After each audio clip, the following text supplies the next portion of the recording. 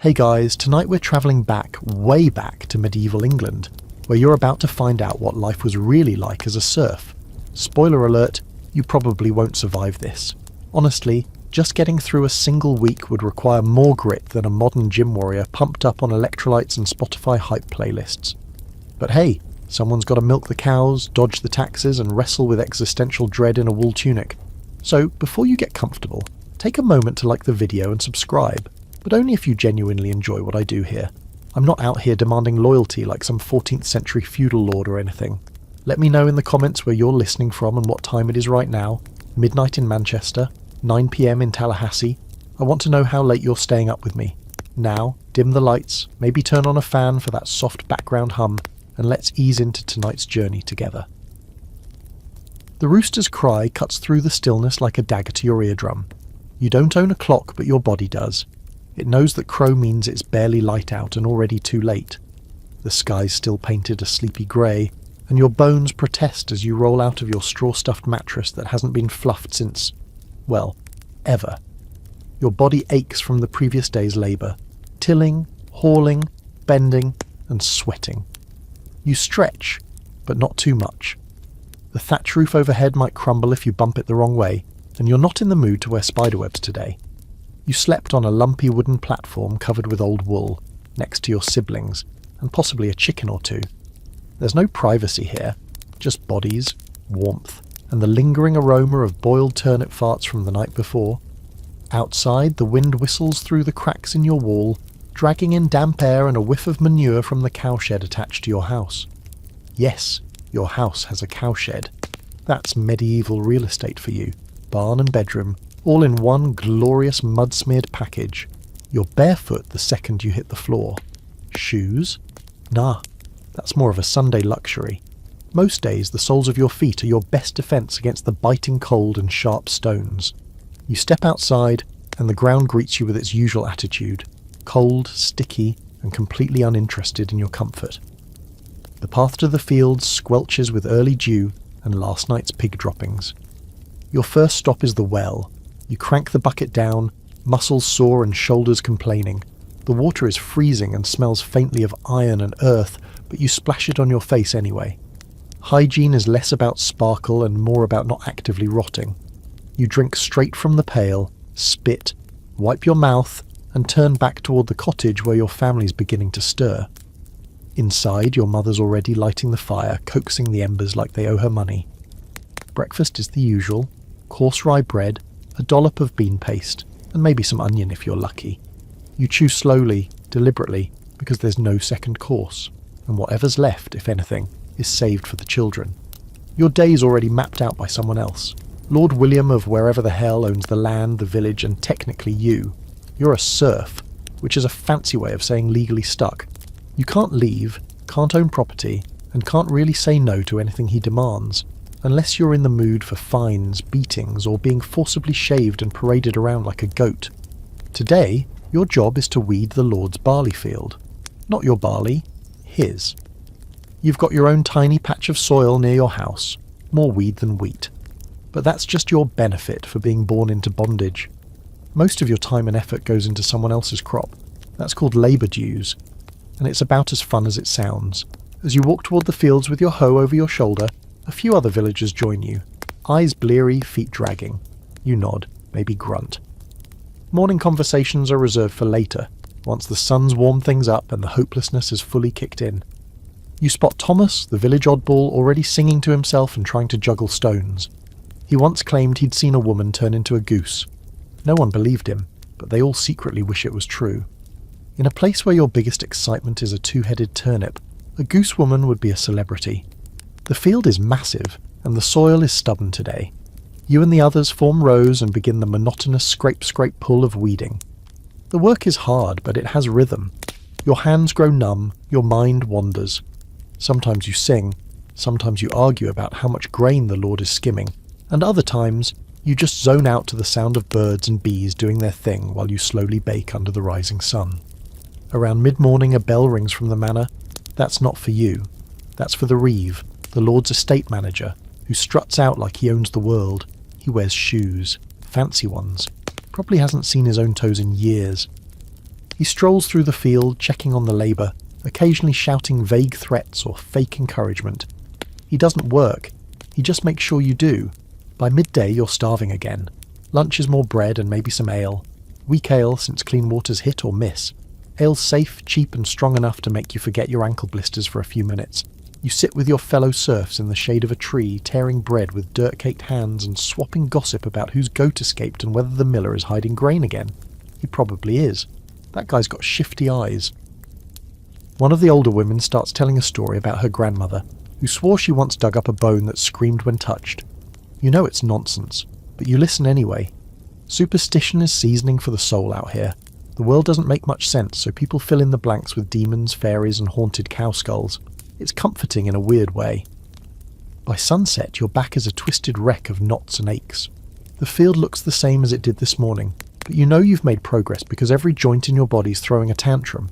You trudge back home, past sheep who give you judgmental stares, and a child peeing directly onto a beet. Dinner is the same as breakfast, with maybe a little broth. No meat unless someone's animal dies. You sit with your family, eat in silence, then listen to your father mutter about how things were better under Lord Ethelric, even though everyone knows Ethelric was a total tool. Night falls, and you slip under your threadbare blanket, limbs twitching from overuse. Outside, an owl calls. Somewhere a dog barks. Inside, your sibling coughs for the 100th time. You wonder if they'll make it through the winter. You close your eyes, knowing tomorrow will be exactly the same. No weekends, no breaks, just labour, obligation, and trying not to die too early. Welcome to life as a serf in medieval England. The morning doesn't ask, it demands. Another day, another muddy footpath, another yawn swallowed by the relentless churning of obligation. You wake stiff and sore, same as yesterday, same as every day. The rooster's scream hasn't gotten any prettier, and your straw mattress has evolved from uncomfortable to spine-shaped torture plank. Still, you roll off it because, well, you don't have much say in the matter. You're not so much living on this land as you're part of it, like a tree that sweats and pays taxes. The land is owned by Lord William, or as you mutter under your breath, His Gracious Cow-Faced Excellency. Not that you'd ever say that out loud near the manor. You're a serf, and by law, that means you belong to the land the Lord owns. Not the house, not the field, not even your own hands, really. All of it, all of you, is the property of the estate. You're not free, and it's not subtle. There's this handy Latin phrase, just to rub it in, ad scriptus glebae. It means bound to the soil. It sounds fancier than it feels. Your name is listed with the land records like a shovel or a fence post. You can't leave, can't move, can't even marry someone from another village without the Lord's permission. Want to apprentice your kid to a tradesman in a nearby town? You better ask nicely and offer some kind of bribe. A chicken, a few coins, or maybe just excessive grovelling. Today is not a Labour Day for the Lord's domain, his personal land, but that doesn't mean you're free. It just means you work your own strip of field, the one you're allowed to cultivate for your family. You head out with your hoe, past your neighbour's cottage, where the shutters hang crooked and a goose pecks idly at someone's discarded shoe. That's Walter's goose. That bird's smarter than most people in the village and meaner than all of them. You nod at it cautiously. The air smells like wet soil, smoke, and something slightly unmentionable. Everything's coated in a thin layer of grime, and your tunic is still damp from yesterday's sweat. It doesn't matter. You've only got one anyway, and washing it means not wearing it, which is its own kind of awkward. Your land is narrow, maybe the width of 2 wagons side by side and long enough that you can't see the end without squinting. This gift of the Lord is yours to work, as long as you keep up with your dues. You till it, sow it, reap it, and then give a chunk of it right back as rent. It's not just crops. You owe labour on the manor's land, fees for using the mill, taxes to the church, and every now and then, an entirely random fee because the Lord needs a new horse or a set of imported chess pieces. Honestly, you'd probably be fine with it if the rules were fair. But the rules are flexible, and they always bend away from you. You recall when old Geoffrey was fined for trespassing on his own field because his ox wandered a few paces into the Lord's barley. The reeve, basically the foreman of feudal nonsense, claimed Geoffrey owed 5 pence and a chicken. Geoffrey had no pence and no chicken, so he gave up his son's boots. They didn't fit the reeve, but he took them anyway. There's a rhythm to this life, sure, but it's the kind that slowly grinds you down like a millstone on grain. Day after day of working a piece of land you don't own, for a lord you rarely see, under laws you didn't write. And the worst part, you're not even the lowest on the ladder. That would be the cotters, landless folk who scrape by on scraps and live on the edge of starvation. Or the slaves, though they're rarer these days. You at least have a patch of earth. A place to break your back in semi-privacy. Mid-morning you pass by the manor house. It towers. Well, as much as anything can tower in a village built of timber and mud. It's stone, 2 stories high, and probably has windows with actual glass. Word is, the lord has a feather bed and a privy that empties into a stream. Pure wizardry. You once glimpsed the lady of the manor riding a palfrey, her hands wrapped in embroidered gloves. Her skin was pale, untouched by sun or hardship, like she was carved out of candle wax. You stop to scratch your ankle, which is red and swollen from yesterday's ant ambush. While doing so, you're approached by Joan, the widow from 3 cottages over. She's carrying a basket of herbs and looks like she hasn't slept since Pentecost. She tells you the manor is raising the labour dues again. You just stare at her. No surprise. The reeve probably convinced the lord that weeds are getting harder to pull, and that peasants need more motivation. Joan leans in and whispers, "I heard one of the villains at Whittlebury ran off. Vanished. They say he's in Norwich now. Took a new name." That's dangerous talk. But it flickers something warm and dangerous in your chest. Hope. And that's the cruelest luxury of all. Later that day, while hauling water back to your field, you pass the tithing post where a few notices are nailed up. Not that you can read them. Most people can't.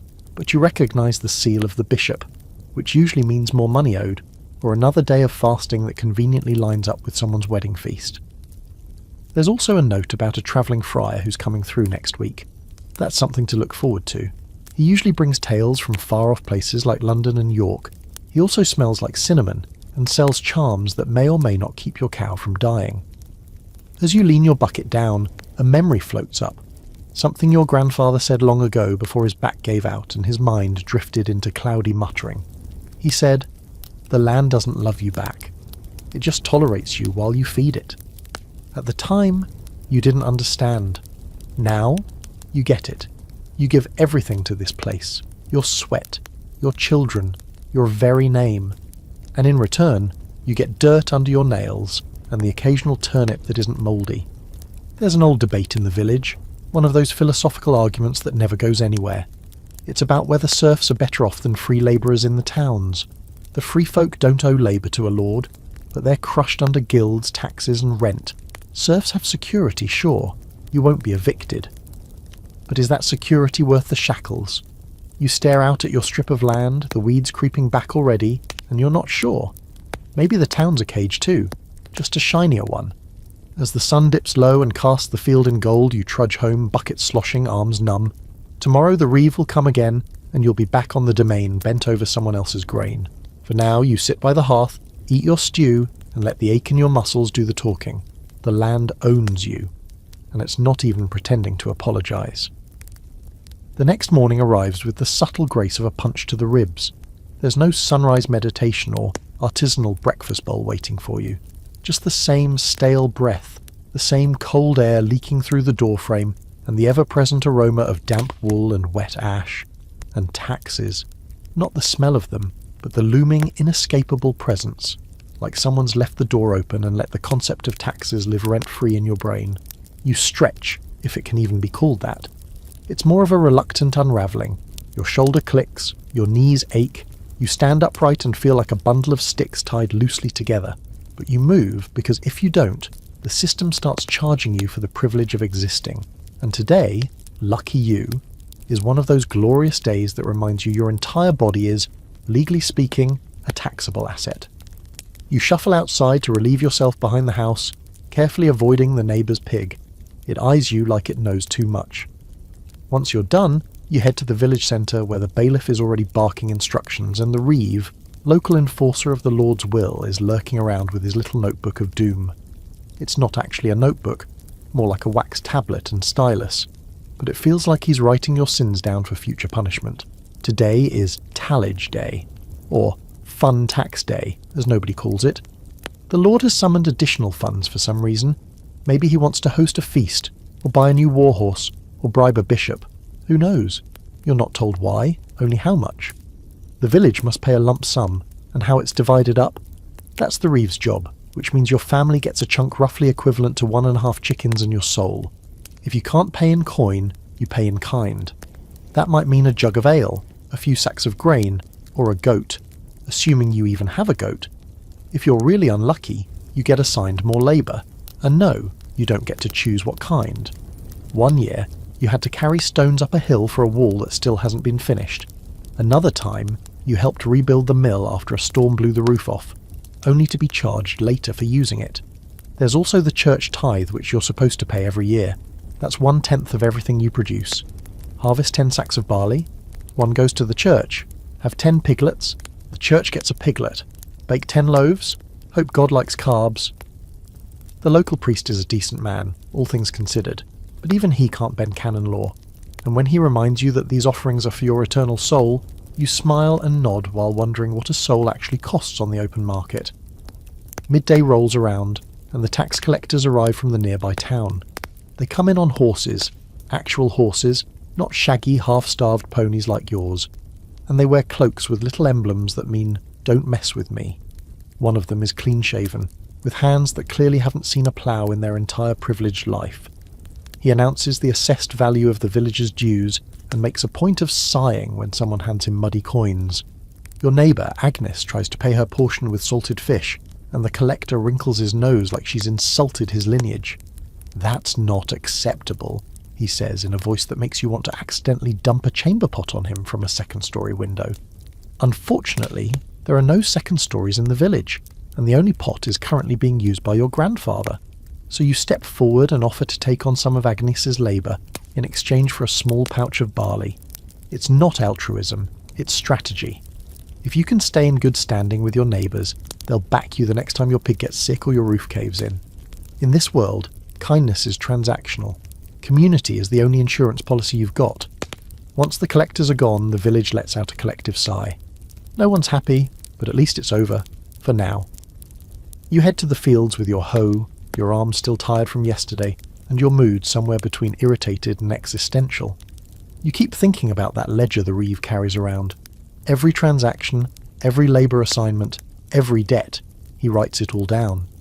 But there's no entry for how many times your back has cracked in the middle of a wheat row. No line for every cold morning you've worked while coughing up what might be consumption. Just numbers, debits and duties. You pass the village mill and hear the wheel creaking, its slow turn matching the beat of your day. The miller's son is there, sitting outside with his legs swinging and a smug grin plastered across his face. His family skims flour from every sack. Everyone knows it, but no one does anything. The miller's cousin is the reeve's wife. Coincidence, surely. You keep walking, better not to dwell. There are still potatoes to dig up and a fence to mend. You've got a pig with a limp that needs watching, and your youngest daughter tore her only tunic last night while playing too close to the fire. You'll need to patch it with something. Maybe the sackcloth you've been hoarding under your bed, meant for winter grain storage. Choices, always choices, and never the kind you want to make. As the day winds down, you meet with a few villagers near the common pasture to discuss something the reeve said in passing. That the king is demanding more troops from each manor. That might mean more taxes. Or worse, conscription. You're not a fighter, you're a farmer. You wield a hoe, not a sword. But the crown doesn't always care about job descriptions. Someone tells a story about a neighbouring village where the tax collector was chased out by a mob and tossed into a dung heap. You all laugh too hard at that one. It's not just funny, it's aspirational. Back at home, you sit near the hearth with your bowl of pottage, beans, a little onion, and whatever scraps didn't rot in the cellar. You tear your bread slowly, dipping it, savouring the taste not because it's good, but because it's food. You watch your children eat, your wife stir the pot for tomorrow's meal, and for a moment things don't feel so heavy. The tax is paid, for now. The fire is warm, for now. A rat skitters across the floor, bold and shameless. You don't bother chasing it. Let it have the crumbs. You've already given away everything else. Your body may be strong, your hands calloused and capable, but they are not your own. They're part of the machine, a system that values what you produce more than what you are. You fall asleep to the distant hoot of an owl and the ever-present thought that next week, next month, there will be more. More work, more demands, more dues. Your life is a ledger, and the ink never stops flowing. The sun isn't up yet, but your day is already underway. The fire in the hearth never fully went out last night, and you stir its embers back into reluctant life, while your joints creak like rusted hinges. Your breath hangs in the cold air, visible proof that warmth has to be earned here, one twig and spark at a time. Before you do anything else, you check the food stores. Not because you expect a surprise, there's no medieval Amazon delivery coming, but because you're hoping the turnips haven't started sprouting again. One of them has. You sigh and set it aside. That'll be tomorrow's problem.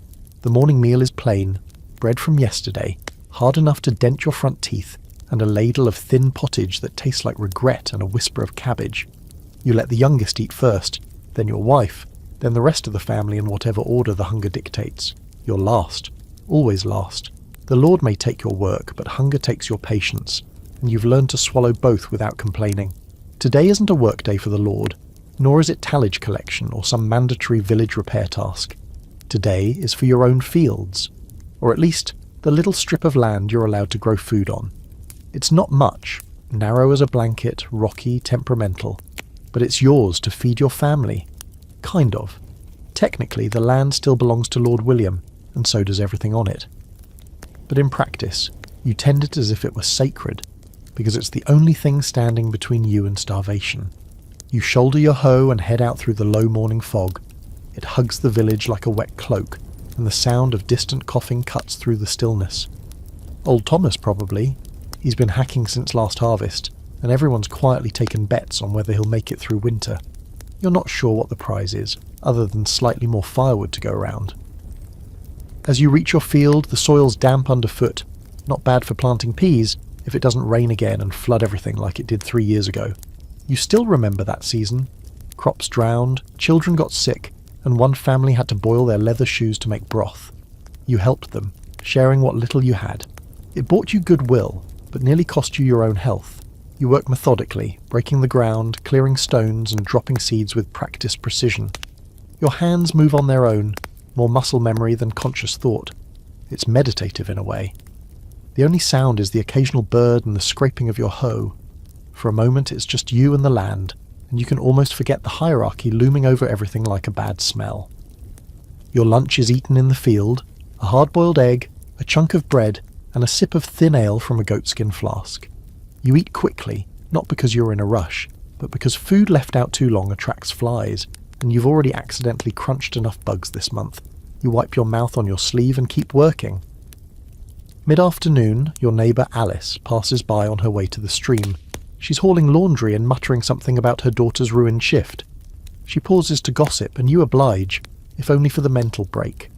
She tells you that the priest has been preaching harder than usual, warning everyone about the sin of gluttony, which is hilarious, considering most of you haven't eaten meat in weeks, unless you count dried fish with more bones than flesh. The conversation drifts to food, naturally. It always does. What people ate at the last village wedding, what herbs work best in stew, whether someone's secretly keeping chickens and hiding the eggs. Everyone's watching everyone because food is survival, and survival is competition dressed up as neighbourliness. Your own diet? It's as predictable as the sunrise. Barley bread, dried peas, onions, leeks, and more barley bread. Maybe some cabbage or turnips if the season's good, or if you've been clever enough to sneak a few extra rows into your allotment without the reeve noticing. You might have a bit of salted pork on a holy day, assuming the pig cooperates with not dying early. Mostly, though, you live on the holy trinity of serf cuisine, bread, beans, and blind hope. You don't think much about nutrition. No one does. You eat to stop the gnawing in your belly, not to balance your vitamins. Scurvy? That's just a rich person's word. If your teeth fall out, you deal with it. If your stomach aches, you sleep it off. If someone dies during Lent, the priest says they were taken by God and everyone nods. Quietly, though, you suspect it was the spoiled lentils. Your cooking setup is humble. A single iron pot over the hearth, a few wooden bowls, and a spoon that's older than you. Your wife manages miracles with that pot. She can make roots taste like a meal, stretch one onion across a week, and still have enough energy left to scold the children and fix your shirt with twine. She's the reason your house hasn't crumbled, literally and emotionally. There's a debate in the village about whether leeks or onions are better for healing colds. Alice swears by leeks, while Matthew, the carpenter's apprentice, claims onions ward off demons. He keeps one tied to his belt like a talisman. You're not convinced, but you haven't caught a cold this season, and you did steal an onion from him last month. So maybe he's onto something. As the day ends, you gather what little you've harvested and make your way back home. The sun is slipping behind the hills, casting long golden shadows that turn the world soft and forgiving, just for a moment. It almost looks peaceful, like something out of a travelling friar's sermon. Almost. Your wife's already stoked the fire. The children are bickering quietly over a bone they've carved into a toy. You wash your hands with cold water and a piece of sand-dusted cloth, scrape the dirt from your nails and sit beside the fire to mend your belt.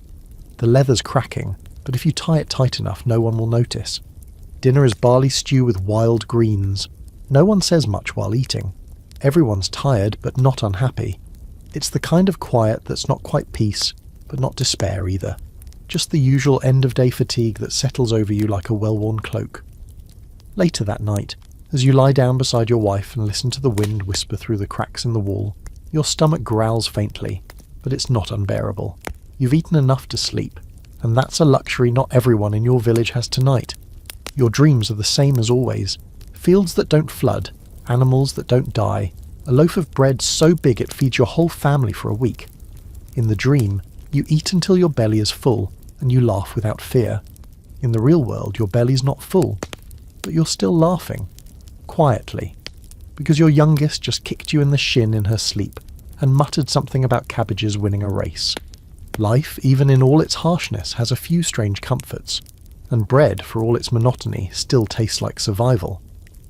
The first sound you hear the next morning is the clash of hooves on the village path, sharp and too early. Not the usual clopping of a farmer's pony or the creaky wheelbarrow trundling along.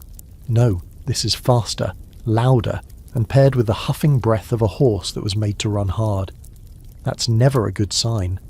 You sit up in bed, rubbing your eyes and nudging your wife awake with a murmured, "Someone important's here," which makes her groan and roll over.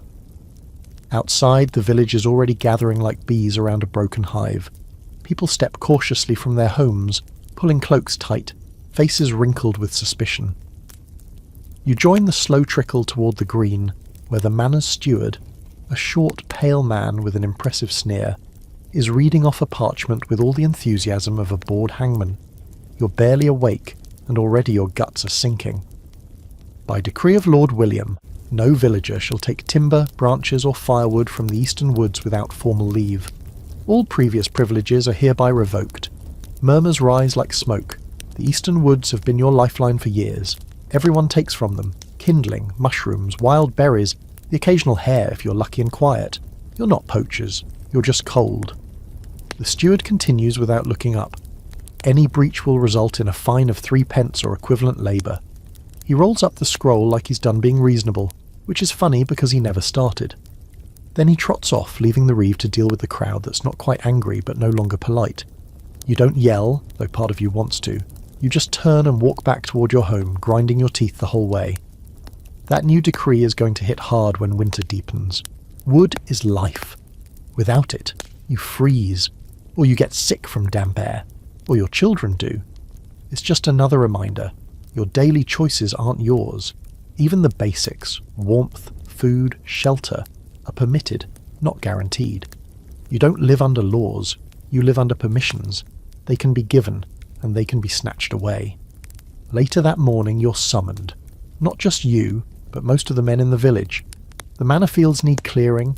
Some storm broke part of a fence and scattered debris across the barley plot. Not your field, his, but the labour is yours. You tighten the cords of your cloak, grab your spade and head out like the obedient worker you are. This is the part that really gnaws at you. There's no refusal. You can't say no.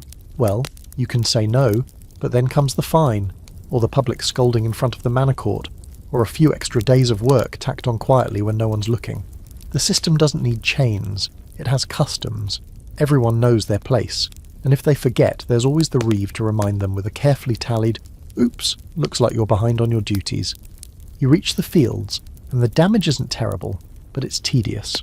Broken branches, scattered hay, part of a fence post snapped in half like a toothpick. You and the others spread out and start collecting debris, stacking it into piles for burning later.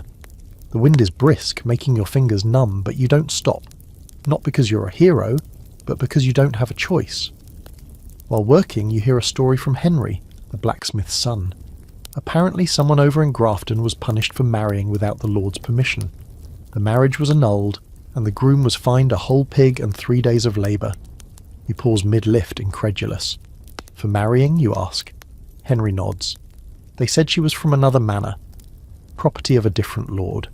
It hits you again, as it does often, but never gently. You're not a person in the eyes of the law, you're an asset.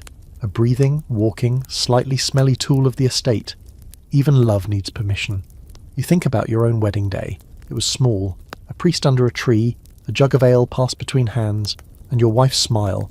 Sharp, tired, but full of something real. You didn't ask for permission.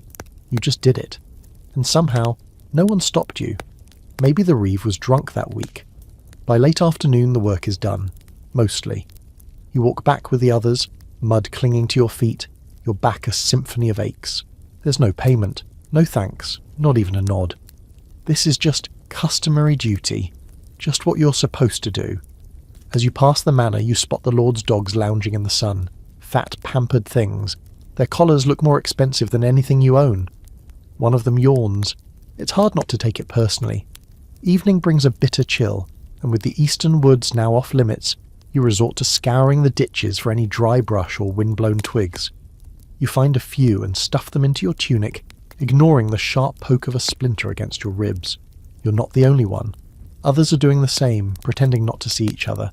No one wants to admit how desperate things are getting. Dinner is thin again, stew made from the same onions and beans you've been recycling all week.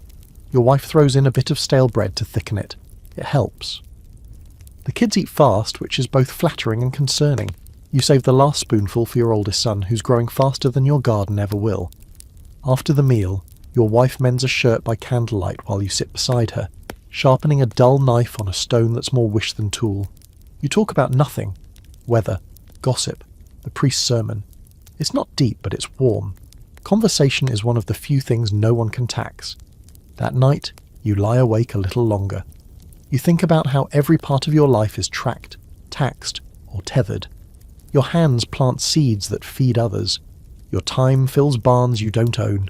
Even your thoughts have borders, hemmed in by custom and fear.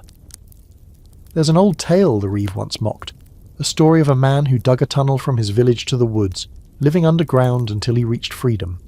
You always thought it was nonsense, but now, staring at the rafters, listening to the wind howl through the holes in your roof, you find yourself imagining it again. Not because it's realistic, but because imagining freedom, even briefly, feels like borrowing a breath of someone else's air. And that sometimes is enough to fall asleep. There's no such thing as a secret in your village, not because people gossip, which, to be fair, they absolutely do, but because the walls are thin, the homes are packed, and privacy is about as real as unicorns. You cough, and 3 people say, "Bless you," before you've finished. You sneak out for a romantic tryst behind the bakehouse, and someone's goat-watching cousin spots you before the first kiss. Even your thoughts feel louder here. You wake to the sound of raised voices outside, which means someone's ox got loose again, or someone's accusing someone else of hoarding eggs. You crack the door open just in time to see Margaret, the alewife, hurling a wooden spoon at her son. He ducks with the elegance of a child well versed in dodging maternal projectiles. You chuckle, then immediately stop yourself. Laughing in the morning only invites bad luck. Your wife joins you, squinting at the thin light edging over the trees. "It's going to rain," she says, which is how she greets most days, and she's usually right. The sky here always looks like it's making up its mind. The clouds hang low, heavy, the same colour as damp wool. The kind of weather that makes your bones hum with old injuries. You head to the well, passing houses that look more or less like yours, wattle and daub, low-thatched roofs, sagging like they too are tired of this life. The paths between them are little more than muddy veins where everyone's business flows freely. You nod to your neighbours and they nod back, eyes dull but alert. Everyone's watching, always. Because in this village, you don't live alone. You exist in the middle of a constant, unending group project, where the grading system is invisible but ruthless. You drop your bucket into the well and pull up water that smells faintly of iron and desperation. Someone behind you clears their throat. It's Edith, the thatcher's widow, and the unofficial village archivist of everything everyone's ever done wrong. She leans in like she's about to reveal state secrets. "Did you hear about Robert and the Reeves' niece?" she whispers, grinning with the kind of delight only scandal can deliver. You raise an eyebrow. "No."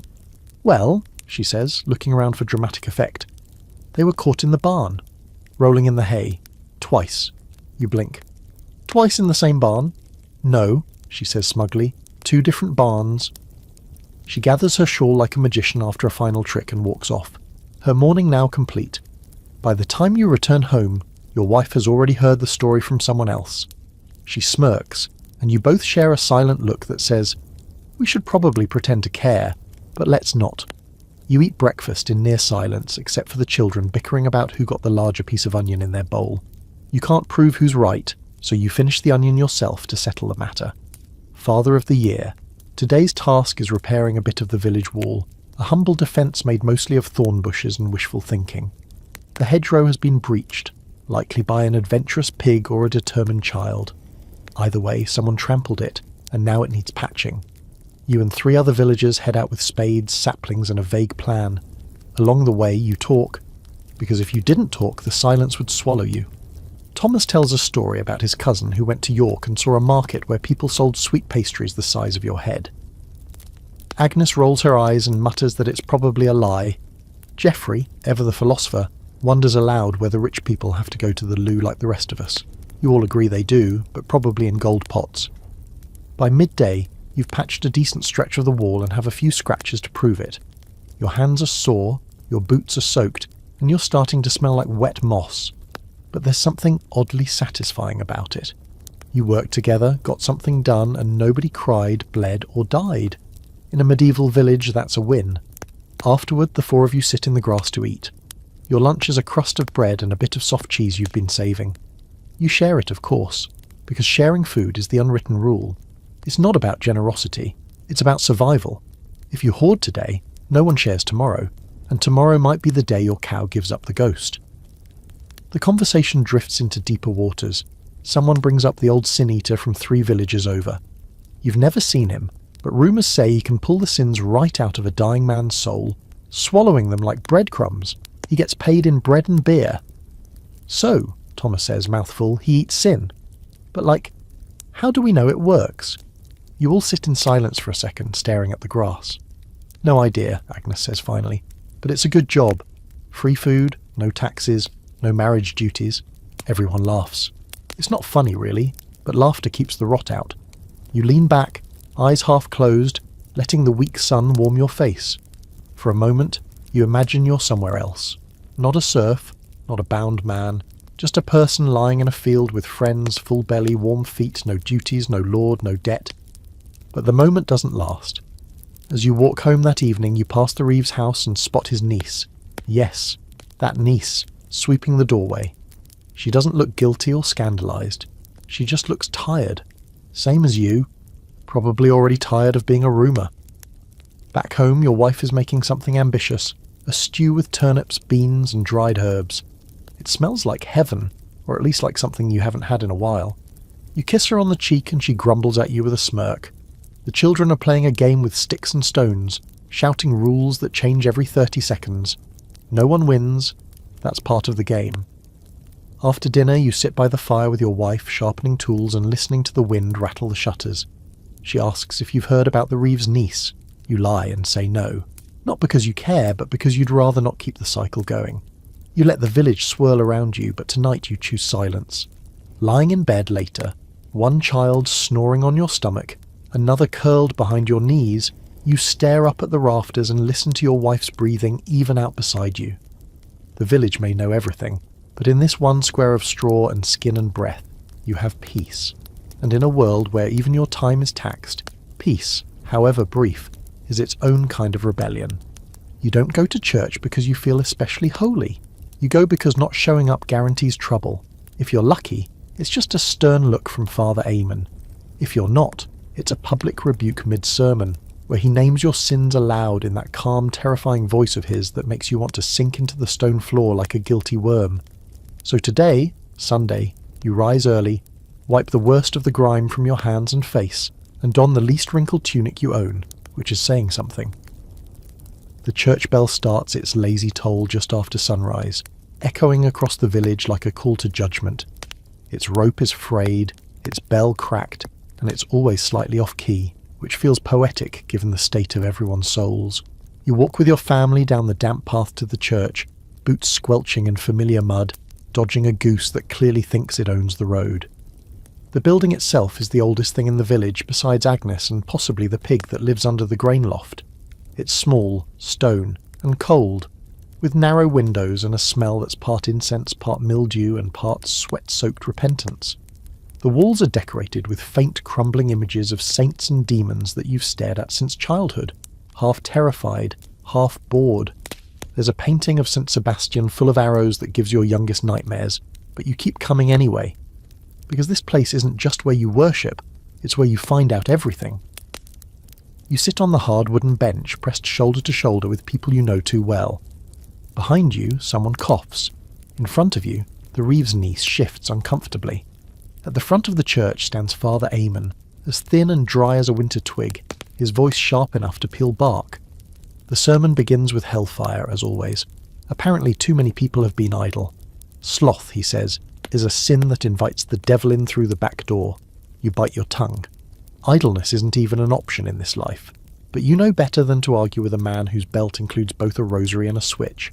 Then comes the real reason you're here. News. Church is the medieval equivalent of the local bulletin board, town square, social network, and emergency alert system, all rolled into one uncomfortable hour of standing, kneeling, and mumbling the right words at the right time. Father Eamon reads announcements from the bishop, from the manor, and from the crown, depending on who's shouting loudest that week. Today he announces a new holy day of fasting. Great. That means less food on a Wednesday and more guilt if you cheat. He also reminds everyone about the pilgrimage tax, just in case anyone forgot that even salvation has a price tag. Then he mentions something interesting. A friar is passing through next week. He brings with him relics, letters from the abbey, and tales from the wider world. That perks you up. These travelling friars are like the medieval version of a Netflix drop. They bring gossip from towns you've never seen, news of kings and queens, stories of miracles and monsters. Last time one visited, he told of a woman who bled milk and a bishop who exploded during Mass. Probably nonsense, but still, better than staring at the turnips and wondering if you'll have enough to make soup again. After the sermon, there's a prayer and a final blessing that sounds more like a warning. Everyone begins to shuffle out, murmuring to one another, exchanging news, making plans. You hang back a little, not in a rush. Outside, the village green fills up with small groups breaking into whispered circles. You overhear a conversation about someone's cow giving birth to twins. Good luck, they say, unless they both die, in which case it's a curse. Another group's debating whether the bishop really expects another tithe this month. If he does, someone mutters, he better start milking my sheep himself. You smile, just a little. These Sunday gatherings are the only social time you really get. There are no taverns in your village, no dance halls, no parks. This is where deals are made, promises exchanged, marriages arranged, and judgments quietly passed behind closed lips. Someone jokes that the miller's new assistant looks like he was carved out of spoiled cheese. Everyone laughs a bit too loud. You find your wife talking to Alice near the bake oven. They're trading gossip and bread starter, which might be the most powerful currency in the village. You catch just enough of the conversation to hear the words plague and across the river, and your gut tightens. Plague rumours never truly leave, even when they're false. The memory of past outbreaks still lingers like a shadow no one wants to name. You gather your family and head home. Along the way, your eldest asks why Father Eamon always talks about hell more than heaven. You pause, then say something vague about fear keeping people from doing bad things. Inside, you wonder if that's true, or if fear just keeps people still. Back home, the rest of the day is quiet. Sundays are technically a day of rest, but rest still involves fetching water, tending to animals, and preparing food for the week. The sky stays grey, and you spend the afternoon mending a fence post and watching your youngest chase a stick like it owes her money. Evening brings stew, slightly thicker than usual thanks to a carrot someone gifted your wife in exchange for mending a hem. You sit around the fire, tired but full enough. The children play a game involving stones and whispered curses. Your wife hums under her breath while stitching up a hole in your shirt. You think about the friar who's coming, about what news he might bring. Maybe he'll say the war is over. Maybe he'll bring word of some great change, some shift in the world that reaches even this tiny patch of England. You don't expect much. But even the idea of something new is like a candle in the dark. Before bed, you kneel for a quick prayer, not because you feel particularly pious, but because it's what you've always done. You ask for health, for food, for dry weather, for your children's safety, for a little mercy in a life that doesn't give much of it.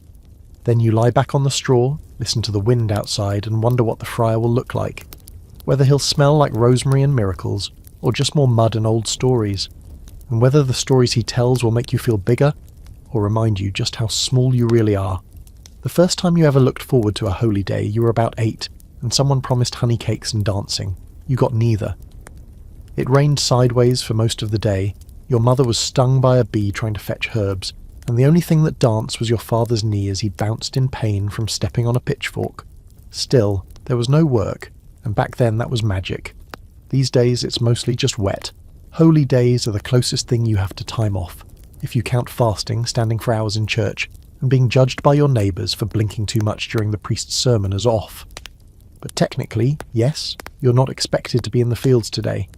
That doesn't mean you're lounging in bed sipping broth. Your cow still needs feeding. Your fence still has that one post trying to escape sideways. And your wife has decided that holy days are perfect for scouring everything with vinegar and commentary. You roll out of bed to the sound of children arguing and the faint clatter of someone trying to light a fire in damp kindling. You help get it going, trading swears with the chimney smoke that refuses to go anywhere but sideways into your lungs. Eventually the flames catch, and you all take turns warming your fingers, holding them out like sun-starved mushrooms desperate for light. This holy day is in honour of some saint you've never met and know little about. Saint Egbert or Elbert or Eggbeard, depending on who you ask. What he did to deserve a feast is vague, something about sheep and chastity. But the important part is that the Lord himself has given permission for rest. The Lord Steward, of course, is exempt from rest, and is already pacing the green like a crow in a tunic, checking that no one is secretly sneaking off to weed their turnips for an edge over the others. After a quick meal of leftover stew and dry bread, you head to the village church. Everyone's dressed just a little nicer today, which isn't saying much. It mostly means the tunics have fewer visible patches and marginally less hay clinging to them. You spot at least 3 men wearing what appear to be their wives' cloaks. Fashion is flexible when you're broke.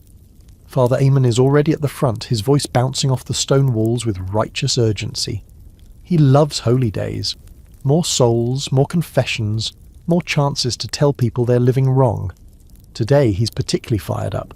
He talks of the saint's purity, his commitment to poverty, and his willingness to suffer for the glory of heaven. You can't help but glance down at your own ragged tunic and think, well, I must be halfway to sainthood myself. After the sermon, the church spills out onto the green, and for a few blissful hours it almost feels festive. The baker's wife has brought a small barrel of ale, watered down but still warm and sweet, and someone's playing a battered lute badly enough to be charming. Children run in circles chasing dogs, or possibly being chased. It's unclear. Someone brings out a puppet show, rude, exaggerated versions of manor life where the Lord is a drooling buffoon and the reeve gets dunked in a pig trough. Everyone laughs, including the reeve himself, though his smile looks like it's been sewn on by force. It's the one day he can't find people for mockery, so he pretends to enjoy it, for the good of the community. There's a sort of unspoken rule on these days. Grudges get a day off too. People who haven't spoken in weeks share bread or ale. A man you argued with over boundary lines last week offers you a dried apple slice with barely a trace of smugness. It doesn't last, of course. Tomorrow someone's pig will eat someone's beans, and we're back to square one. But for now, peace. The children are roped into a circle dance that quickly devolves into a sort of joyful stampede. You join in only when your youngest insists, tugging your hand with the strength of someone possessed by sugar and freedom. You twirl, half laughing, half dizzy, and forget for a moment that your back hurts and you haven't had a real bath in months. Your wife watches from the side, arms crossed but smiling. She rarely joins these things. She prefers quiet. But when someone offers her a honey cake, a real one, not the imaginary treat from your childhood, she accepts and eats it slowly, eyes closed as if she's tasting something sacred. By mid-afternoon, the clouds gather like gossipers, and the sky shifts from light grey to something more serious. The rain starts slow but steady, driving people under trees, porches, and inside the church again. No one's surprised. It wouldn't be a holy day without mud. Still, the mood doesn't break entirely. Someone starts telling stories under the eaves, tales of saints who tamed wolves, angels disguised as beggars, and a man who once built a flying machine from goose feathers and broke both legs on his first attempt. The children listen, eyes wide. You've heard them all before, but they still make you grin. Later that evening, you're back at home, warming wet clothes by the hearth. The fire pops with damp wood, and the room smells like wet wool and onions. Your wife hums to herself, cooking up a broth with the day's few leftovers, while the children pass out one by one like little sacks of potatoes. The youngest has honey on her cheek and a scrape on her elbow, and both seem to please her equally. You sit with your wife and talk about nothing. The rain, the priest's new candle hat, the friar's expected arrival. You ask if she enjoyed the honey cake. She nods and says, "Tasted like something meant for someone richer." Then she licks her finger and smiles. Before bed, you look out at the village from your doorway. The green is quiet now, the puppet show packed up, the ale cask empty. A dog barks somewhere. The air smells clean after the rain, and for the first time in days your lungs don't feel coated in dust. Holy days are rare, real rest even rarer. But today had flickers of it. Laughter, bread, ale, stories, a bit of dancing, a small slice of a different life, wrapped in prayer and soaked in rain. And in a world where your hours are usually bought and sold, a day you don't owe to anyone else is more than rest. It's a small rebellion with music. You hear the rumour before the rooster even starts screaming. Word spreads like fire through dry straw. Someone in the next village bought their freedom. Bought it. Just paid the fine, signed the writ, and walked out a free man. You sit on your straw-stuffed mattress, still groggy and not entirely sure you didn't dream it. But then your wife stumbles in from stoking the fire and says, "Did you hear about Thomas of Bellwood? Free now. Walked to market yesterday with his head held so high I thought he'd float away." You blink. Thomas? The thatcher with the limp and the angry chickens? He was a serf. Poor, grimy, unremarkable. Now he's free. The idea lodges in your chest like a splinter. You chew on it all through breakfast, poking your bread with a frown and barely tasting the thin onion broth. Freedom. Real freedom. Not a day off. Not the reeve for getting to check your tally sheet. Not a wink from the priest when you skip mass. But the kind of freedom you've only ever heard about in stories, or from the lips of bitter old men who claim things used to be different. After chores, feeding the pigs, mending the chicken coop door, fetching water from the sullen, always crooked well, you find yourself drifting toward the edge of the village, where the old folk gather to pass time and complain about knees. You're hoping someone there knows more. Turns out they do. According to Agnes, who knows everything whether she was there or not, Thomas had been secretly hoarding coin. Not just a few pennies tucked into a cloth bag under his bed, but real money. Enough to pay the fine. Enough to buy his Charter of Manumission, the official writ from the manor lord that states he's no longer bound to the land. The catch? It cost more than you've seen in 10 years. He sold his cow, 2 pigs, gave up his right to a strip of land and borrowed from a merchant in town. And now, he's gone, lives in Stamford, works as a tanner, apparently smells terrible but walks wherever he pleases. You sit with that information. Just sit. It feels like someone's punched you in the head with an idea. Because here's the thing. Freedom's not just some distant concept now. It has a price. A number. It's not mythical, it's mathematical. The trouble is, that number might as well be a dragon's ransom. You don't even own your own tunic. Every coin you make, every chicken you raise, every sack of barley you harvest gets sucked into the black hole of dues and fees. Saving anything feels impossible, like trying to catch rain with a sieve. Still, the seed is planted. As the day goes on, you start seeing everything differently. The fields, chains, the mill, a toll booth, the Reeves ledger, a prison map. You go about your work, pulling weeds, gathering eggs, checking for rot in the root cellar. But your mind keeps drifting. What if you could do it too? Sell the pig, find a buyer for your daughter's embroidery, get the priest to speak well of you to the Lord. Maybe even write your name on a document that says you belong to no one. Then reality kicks you in the shin. You can't read. You don't know how many coins it takes. You've never been to Stamford. You've never even been more than 6 miles from your own front door. The last time you tried, The reeve caught you and fined you for wandering without purpose. It's a ridiculous phrase. No one ever wanders with purpose unless they're chasing something on fire. Later that evening you bring it up with your wife. Not directly, just a casual, "Did you hear about Thomas over stew?" She nods slowly, chewing her bread. Then she looks at you for a long moment and says, "He left behind his sister and his mother. They're still tied to the manor. He didn't buy freedom for them." And there it is, the quiet, hard truth. Even if you did manage it, even if you sold everything and scraped together enough to buy your own way out, what about the rest of them? Your wife, your children, your neighbours. Do you just leave them all behind to carry the weight without you? It's not that simple. Nothing is. That night, as the house quiets and the fire dies low, you lie awake listening to the wind scrape the shutters. You think about what it would be like to walk into a town and not have to bow to anyone, to choose where you sleep, to take a job and keep the wages, to own something, anything that no one could take from you. There's a debate among the villagers, quiet and careful, about whether buying freedom is worth it. Some say yes. Life in town might be hard, but it's yours. Others say freedom's a lie, that the moment you escape the Lord you're owned by a guild, a landlord or the church. They say serfs at least know where their next meal comes from, even if it's barley again. But no one can deny it. The idea of freedom changes you, even just hearing about it. It lives in your brain now, whispering when the Lord's steward isn't looking. It crouches behind your eyes when the reeve finds you for missing a morning. It rides beside you in the field, on the back of your worn-out shovel. The fringe tale you overhear later in the week only stokes the fire further.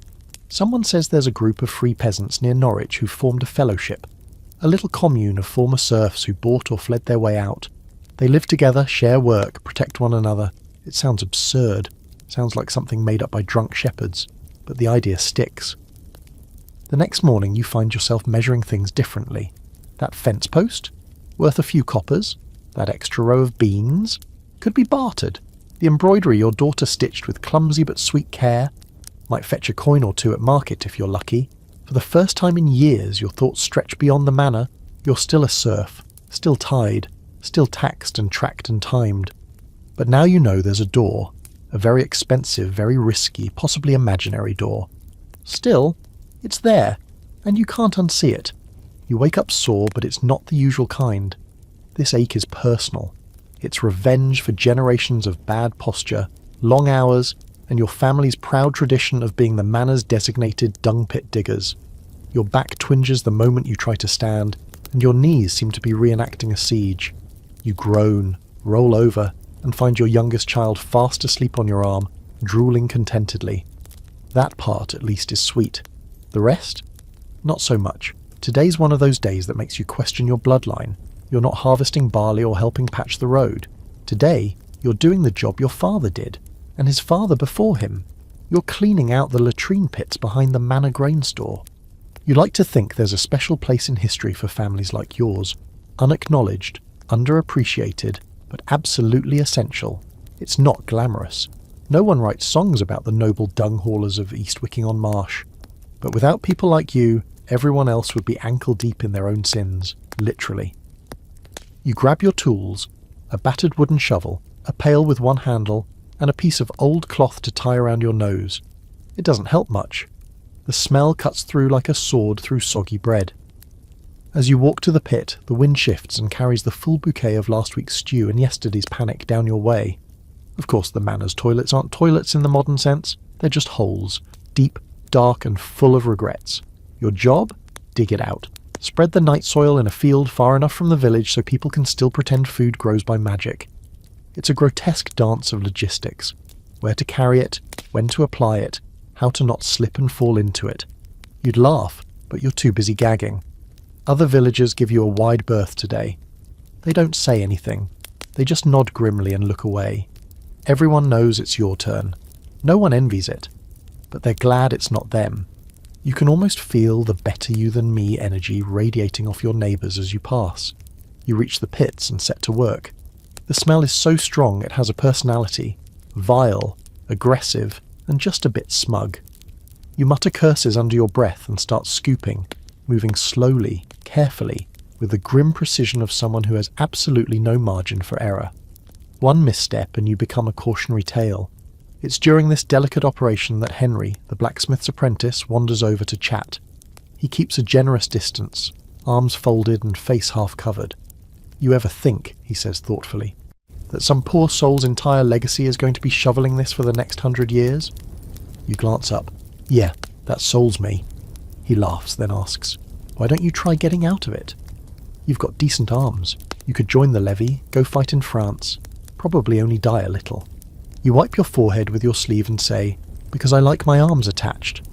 Plus, fighting in France sounds like trading one pit for another, except the one over there is full of arrows.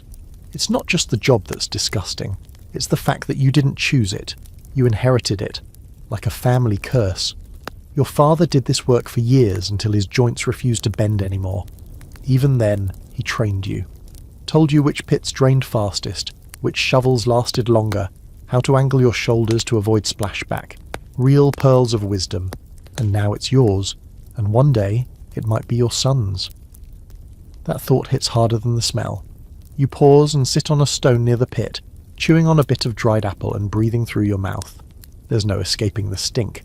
It's clung to your skin like a second soul, but at least you can pretend it's not actively crawling into your nostrils. A breeze kicks up and the air turns just bearable. You look around and realize you've walked these same paths for years. Same tools, same tasks, same routine.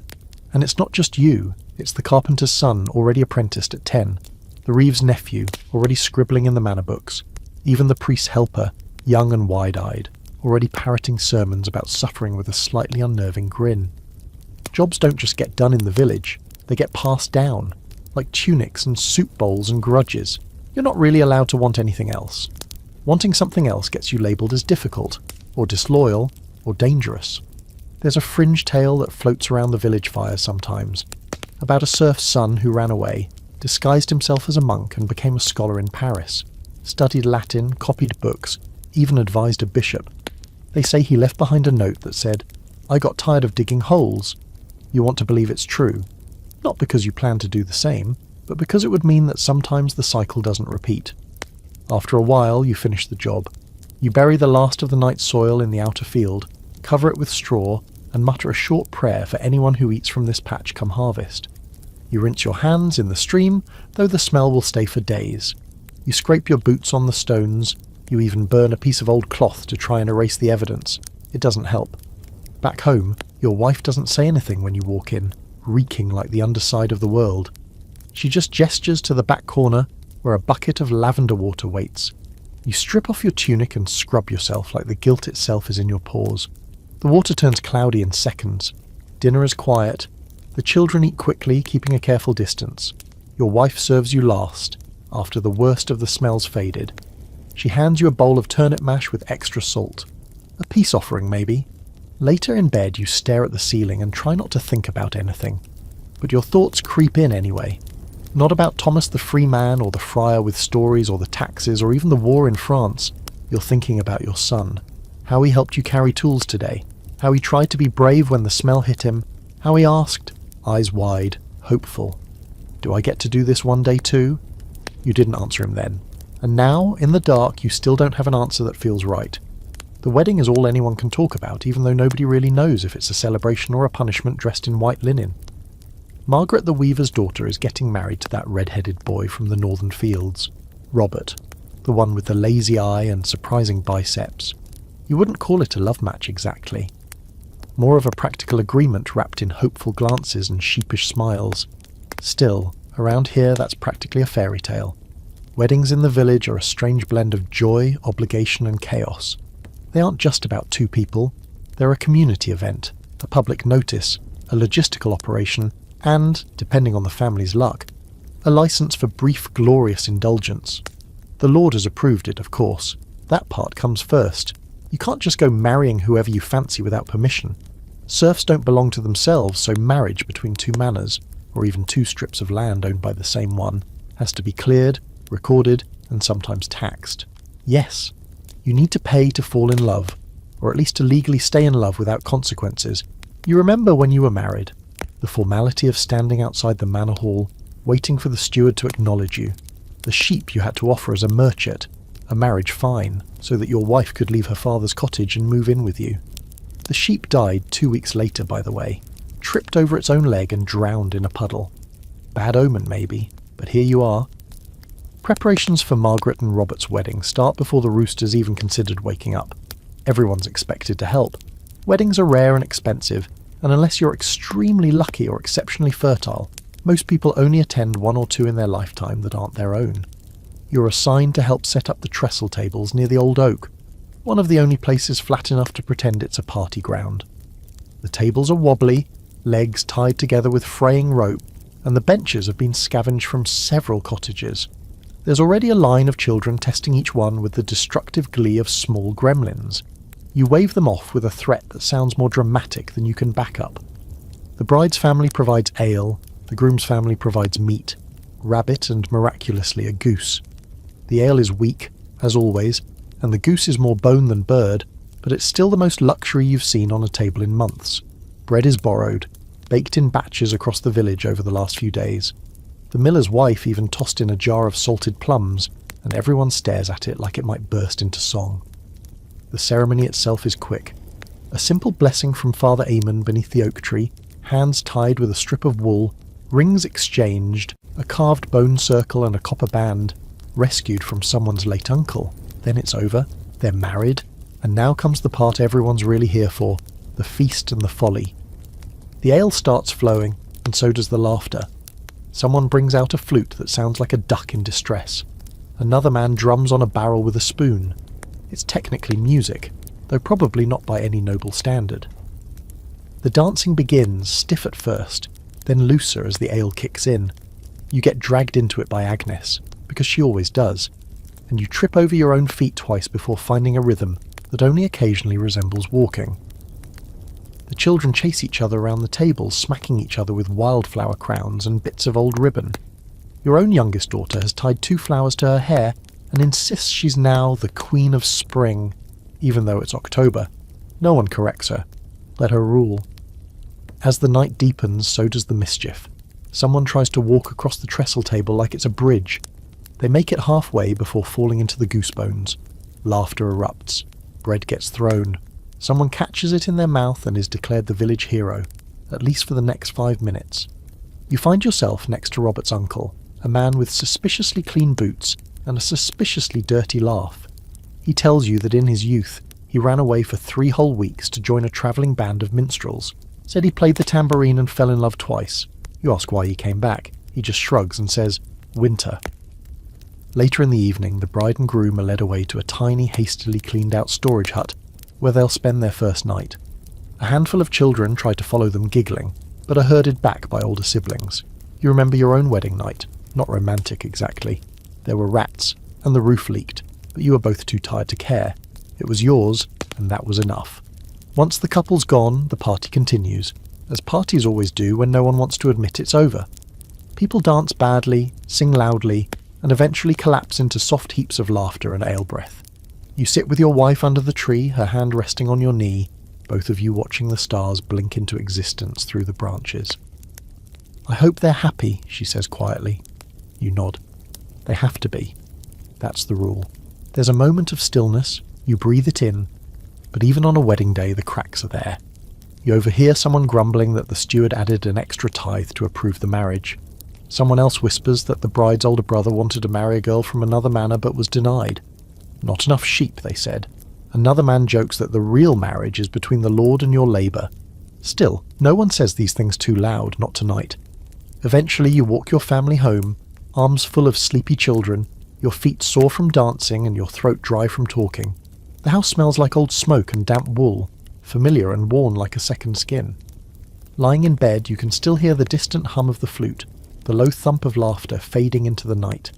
Tomorrow you'll return to the fields, the reeve will scold someone for being late, and the Lord will find a new reason to remind you that joy is borrowed, not owned. But tonight, just for this small window, the village belonged to itself. No taxes, no fines, no permission slips. Just bread, ale, laughter, and 2 young fools daring to believe they could choose something for themselves. You don't think much about clothes, mostly because you don't have many. Technically, you have a wardrobe, if you define wardrobe as 1 tunic, one undertunic, a belt, and some footwear that could politely be described as hope held together by string. Everything you own fits into a single wooden chest no bigger than a goat, and half of it smells like goat too. There's not a lot of variety when your closet is basically today's shirt or no shirt at all. This morning you wake to find your tunic ripped right under the arm. It must have given out during the dancing last night. Maybe when you tried to show your daughter that your back can bend if properly bribed with ale. Or maybe it just got tired of holding itself together after too many years of being worn, washed and patched with thread and blind optimism. You sigh, hold it up to the light and give it a sniff. It smells like sweat, smoke and onions. In other words, the village's default scent. Your wife eyes the tear and immediately sets to mending it with a piece of thread she saved from unravelling some other unfortunate garment. She's good with a needle, better than she lets on, and over the years she's stitched that tunic into a map of your life. Every patch tells a story. The burn mark from when you leaned too close to the hearth, the frayed hem from chasing the neighbour's sheep through brambles, the faded wine stain from that one feast where the reeve accidentally complimented your barley. As she works, your daughter pipes up from the corner where she's fashioning a crown out of chicken feathers and twine. Why don't we just get a new one? You and your wife both snort. One of those involuntary, weary laughs that only come from poverty's wellspring. A new tunic, like it's something you can pick up at the next market in exchange for a smile and a kind word. New clothes are reserved for the manor, the priest, or the rare rich tradesman who passes through wearing dyed wool and soft leather shoes that never touch mud. Dye, by the way, is pure luxury. Your tunic is the colour of dirt, not by design, but because everything eventually becomes the colour of dirt when you're poor and surrounded by mud half the year. Bright clothing marks you out as either a traveller or someone so important they don't have to carry anything. You, on the other hand, could carry your entire life on your back, and your shirt would still sag from the weight. When it comes to fabric, wool is king. It's scratchy, hot in the summer, cold in the winter, and somehow still the best option available. Linen is rare and saved for undergarments, if you're lucky. Silk? That's a fantasy word. A whisper passed down in church stories and bishop gossip. You used to own a cloak. It wasn't fancy, more like a rectangle with a hood, but it kept the wind off your chest. Then one winter, the cow got sick and needed warmth more than you did, so now the cow wears the cloak and you wear layers of bitterness. By mid-morning, your wife hands the tunic back to you with a satisfied grunt. The patch is neat, if slightly mismatched. You slip it on and belt it with your rope-thin sash, and just like that, you're presentable again. Not impressive, just not entirely indecent. That's the line you aim for. Shoes are next. You only wear them when absolutely necessary. They're more leather than sole at this point, and one toe peeks out like it's testing the weather. Most of the time, you go barefoot. You've built up calluses thick enough to stop a nail and questionable enough to spark theological debate. You head out to the green where others are already gathered for the day's work. As usual, you check what everyone's wearing. Not out of fashion envy, but survival habit. Clothes say a lot. A new stitch means someone's been saving thread. A cleaner hem might mean they borrowed someone's better tunic for the day. You spot old Walter wearing what appears to be his daughter's shift under a man's cloak. He's either gone senile or extremely confident. Clothing theft is rare, but it happens. One winter, someone stole Agnes's wool scarf. She nearly burned the village down with her rage. Later it was found wrapped around a lamb, which just added to the mystery. To this day, no one's confessed, but the lamb still gets suspicious looks. During break, you share a crust of bread with Henry and Matthew, sitting near the edge of the field. Henry's fiddling with a tear in his sleeve, muttering about buying a new one this year. You look at him sideways. With what? Imaginary chickens? He shrugs. Might get lucky at market. Might win a bet. Everyone always talks about market like it's a golden opportunity, but unless you've got something worth selling, eggs, herbs, a decent carving, it's mostly just a place to look at things you can't afford and get bumped by strangers who smell worse than you. Still, you do remember one glorious day at market years ago when you traded a carved wooden whistle for a length of dyed cloth. Deep blue, like the sky after rain. Your wife turned it into a head wrap and wore it to every feast until it faded back to mud brown. You still remember how she glowed that day. Just for a moment you didn't look like villagers. You looked like royalty with holes in your shoes. By the end of the day you're filthy again. Your patched tunic is soaked with sweat and your legs are streaked with mud. You strip it off at home and hang it by the hearth, already stiff with grime. Your wife looks it over and says, "Might last another season." You nod. Maybe, if the seams hold, if the fire doesn't spark, if you don't catch it on the fence post again like last time. There's a debate that sometimes crops up during long winter nights, when everyone's huddled around the fire pretending not to be cold. Would you rather have good shoes or a second shirt? It's more than idle chatter. It's philosophy dressed as small talk. You always say shoes. Your wife says shirt. Your son, bless him, says meat, which earns him a blanket and a pat on the head. Later, after dinner, you sit with your daughter as she stitches a small patch onto a cloth doll she's made from scraps of your old tunic. You watch her work, tongue sticking out in concentration, fingers nimble. She's already better at sewing than you are. You want to tell her that maybe she could take that skill and build something out of it, sew for trade, or maybe even for the manor. Maybe even for a merchant's household if life's feeling generous. But instead you just say, "That's a fine patch," and she beams like you've given her a crown. Because here, in this little world of scraps and threadbare dreams, a compliment is worth its weight in silver, and a single shirt holds more stories than any book you'll ever read. The reeve calls court today, and the whole village groans like it's just been asked to eat its own shoes. You can't avoid it. Nobody can. Manor court is one of those things built into your life like the seasons or rats in the grain store. Predictable, irritating, and always slightly worse than you remember. It's held in the same spot every time, just outside the manor hall, beneath the creaky timber awning that leaks when it rains and echoes when people cry. You don't even have to be in trouble to be summoned. Sometimes you're just a witness. Sometimes you're part of a jury made up of your equally clueless neighbours, and sometimes you're just there to learn from the proceedings, which is noble-sounding code for stand quietly while your friends get fined for things you probably did last week. Today, your name's on the list. You sigh, rinse your face in the trough and pull on your best tunic. Well, the cleanest dirty one, which is saying something. Your wife straightens your collar like you're about to receive a knighthood and mutters, "Don't let them trick you into agreeing to something dumb." Solid advice? She's not coming, of course. The law doesn't like women speaking during court unless they're confessing, apologising, or being accused of something scandalous like wearing shoes too nice for a serf. By the time you arrive, the crowd's already gathered. Everyone's murmuring, adjusting their hoods, avoiding eye contact with the steward, who stands near the Lord's chair with a little scroll and a smug look that suggests he enjoys his job way too much. The Lord himself won't be here. He rarely is. These days he's off hunting in the forest, or harassing wine merchants for better vintage. The steward handles the village while he's away, which means today's justice will be swift, bureaucratic, and mostly random. The reeve starts with the usual, calling names, checking attendance, glaring at anyone who looks like they might sneeze during a judgment. The first case is classic.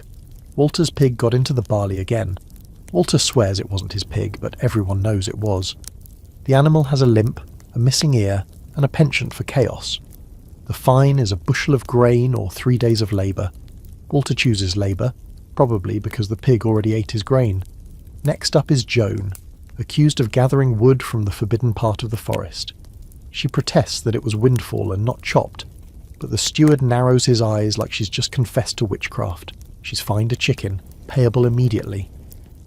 Her daughter sighs loudly and walks off to go catch the unlucky bird. Your case is called next. You step forward, heart thumping, hands damp. You're being charged with failure to maintain boundary markers between allotted strips, which sounds more serious than it is. Your neighbour, Edmund, claims your plough strayed over his plot by a hand's width last week. A hand. That's the space between your thumb and pinky. You both worked that field the same day. You both saw the marker, a sad little stick wrapped in twine, half buried in mud and despair. But now it's turned into a legal matter. You try to explain, calmly, respectfully. The steward listens with the exact face a cat gives a bird before it pounces. Then he turns to Edmund, who gives a dramatic retelling involving deliberate deception and theft of soil. You're fined 2 pence or 1 day's labour on the manor's domain. You don't even argue. You just nod and accept the labour. Not because you agree, but because arguing costs more than it saves. Everyone knows that. This isn't about right and wrong. This is about control. The manor court isn't here to resolve problems. It's here to remind you who owns the bench, the gavel, and your boots. The rest of the session is a carousel of petty grievances and unspoken grudges. Someone accused of using the mill without paying, a youth caught stealing bread, a woman scolded for brewing ale too strong, She sold it anyway, accidentally, she claimed. Each case ends the same: a fine, a labour sentence, or in one particularly dramatic moment, public shame. That last one involves Matthew, the carpenter's nephew, who apparently got drunk and mooned the steward's horse. He's sentenced to a week of cleaning chamber pots and must apologise formally in front of the entire court, including the horse. You can't help but smile. After the cases are done, the steward reads a new list of updated dues: slightly higher tithes this quarter and a minor adjustment to the amount of grain owed during harvest. The crowd murmurs, and a few people shift their weight like they're preparing to say something. No one does. Saying something is dangerous. As you walk home, you pass Joan carrying her fine chicken, still clucking indignantly in her arms. She gives you a look that says, "Same dung, different day," and you nod in agreement. You find your wife in the garden, pulling weeds with the expression of someone imagining they're yanking out the steward's hair by the root. You tell her about your fine. She snorts. Edmund's plot barely grows nettles. He should be grateful your plough touched it. She hands you a basket and puts you to work immediately. No time to wallow. That evening, as you sit by the fire eating thin stew and chewing stale bread, the children ask about court. Your son wants to know what public shame means. Your daughter asks if someone really stole flour by stuffing it in their hat. You laugh, but it's hollow. Because here's the thing. The court's not just a place. It's a feeling. It lives in your bones. It's the weight behind every cautious decision. The whisper in your ear reminding you not to step out of line. It's the reason people stay silent when the steward raises taxes or when the Reeves cousin forgets to record your labour credit. There's a quiet debate among the older villagers, usually whispered after dark when the ale's been flowing. Did justice used to mean something? Was there a time when the court protected people instead of policing them? Some say yes. Others say it's always been this way, just with nicer words and less paperwork. You don't know the answer. All you know is that you did your day's work, paid your fine, and lived to grumble about it. Which, in this world, counts as a small, ragged victory. The seasons aren't just background scenery in your life. They're the director, the cast, the crew, and the stage manager all rolled into one demanding, moody force of nature. If you ever want to understand a serf's world, don't ask them about politics or kings or the church. Ask them what season it is. You'll get a better idea of their mood, their aches, their dinner, and how likely they are to cry into a bucket of barley before sunset. Today, the wind has teeth. Not winter's full bite, but a definite nip to the air. The leaves are starting to blush around the edges, and that means two things. Your joints are about to complain louder than usual, and it's almost harvest time, which means everything is about to accelerate like someone lit a fire under the soil. The seasons rule your existence like four unpredictable monarchs. Spring is the optimist, hopeful, wet, muddy, bursting with the illusion that this year, maybe, just maybe, things will grow right. Summer is the tyrant, hot, relentless, choking you with dust and sweat while reminding you that if you don't work now, you'll starve later. Autumn is the collector, sickle in hand, measuring your work, judging your output.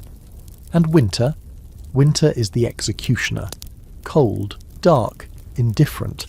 A long, slow silence punctuated by coughing fits and the sound of roofs leaking. Right now, you're in the waning days of summer. You can feel it. The mornings are darker, the birds quieter. The fields have that heavy golden look, the one that says, "I'm almost ready." Bring your baskets and your sawbacks. You've been preparing for weeks, sharpening tools, repairing sacks, praying for dry weather, because once the harvest starts, there's no stopping. It doesn't matter if your leg cramps, your head spins, or your child's got a fever. If the grain is ready, you get to work or you go hungry later. That's the deal, no negotiation. Your own plot is small, but your first duty is to the Lord's domain, the prime land he keeps for himself, the best soil, the best sun, the best yield. You and the other serfs will harvest it before you're even allowed to touch your own. Because fairness is for saints and imaginary people, not for those bound to the land. This morning, the reeve blows his horn, a battered thing that sounds like a dying goat, and the village gathers at the edge of the big field. Sickle blades glint in the low sun.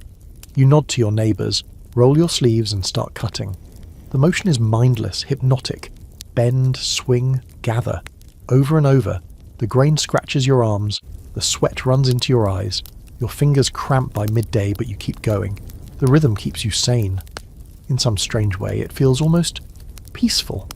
Like the work is so consuming it squeezes out every other thought. Taxes, fines, rumours, pain.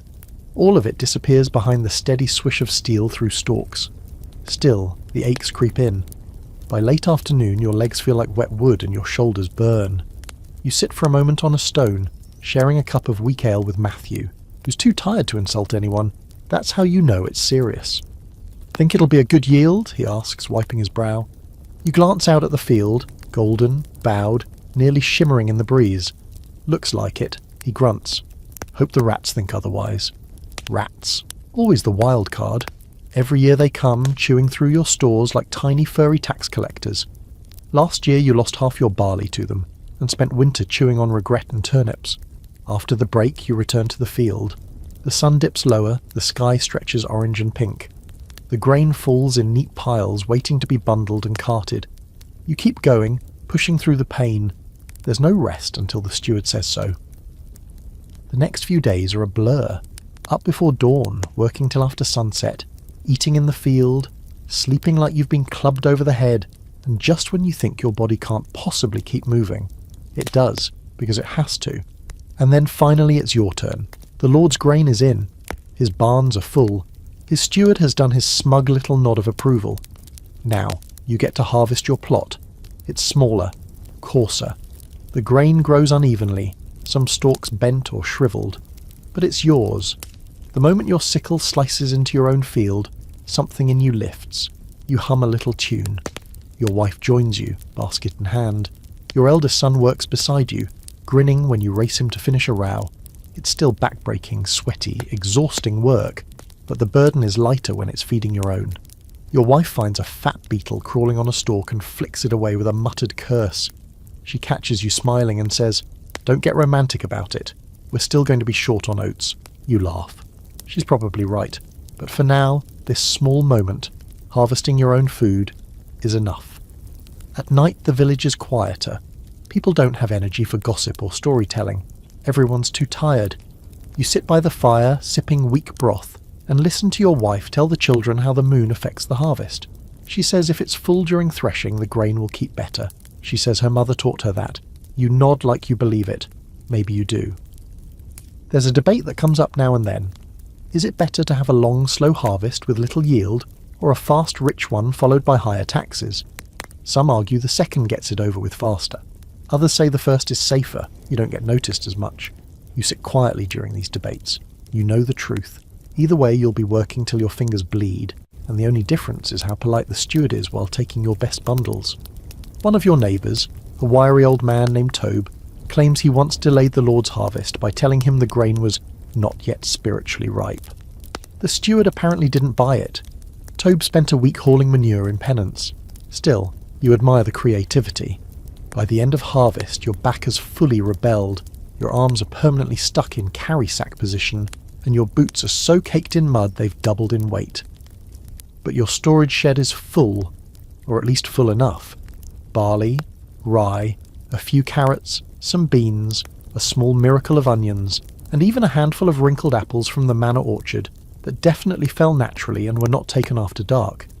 You're tired, yes, but you made it. And as you lie down that night, muscles twitching, your wife snoring softly beside you, you feel something rare settle over your chest. Pride. Not the loud kind. The quiet, exhausted, we didn't starve yet kind. The kind you don't say out loud because the gods might hear and send a thunderstorm out of spite. The seasons will change again. Winter will come with its cold teeth and hollow bellies. But for now you've brought in the harvest, and no one can take that from you. Not yet. There's a hush over the village that doesn't feel like peace. It feels like fear with a hand over its mouth. It's in the way people glance sideways instead of speaking. It's in the way the chickens have been let out later, and the children told not to stray too far. You notice it first at the well, where you usually hear gossip, laughter, or at least someone cursing their ox. Today, nothing but the rope creaking over the pulley and a faint cough from somewhere behind the hedgerow. That cough. That's what started it. A sound that wouldn't mean much on any other day, but now it lingers, and it's spreading. You've heard rumours before. Whispers pass down the market line, the priest's quiet warnings during his sermons, travellers who pass through with fearful eyes, and too much distance between them and the rest of the world. And now the rumours have found you. The plague is back. Or maybe it never left. This time it's come from the port towns, they say. A ship full of wool and death. Rats hiding in the hold, fleas hiding on the rats, and sickness hiding in the fleas. It all sounds like a bad story children tell each other to avoid doing chores. But now you're hearing the same version from 4 different mouths, and the fear behind the words is very, very real. The first person to die is Margaret's aunt. She's old, true, and already had a limp and a nasty cough. But the way she went, fast, choking, black blotches on her skin, it doesn't feel like old age. Father Eamon says it's a punishment, a cleansing fire for the village's sins. Margaret says her aunt never even missed a holy day. You don't say anything, because you're too busy wondering whether it's already in your house, hidden in the corners like mould, waiting. Within days, another death, then 2, then 5. You're not a doctor. Those belong in castles and monasteries, and even they barely know more than the average cow. But you can recognise a pattern. The fever starts fast, burns like hell, and then the swelling comes. Underarms, groin, neck, like angry fruit growing under the skin. Sometimes the tongue turns black, sometimes it's the fingertips, sometimes it's everything.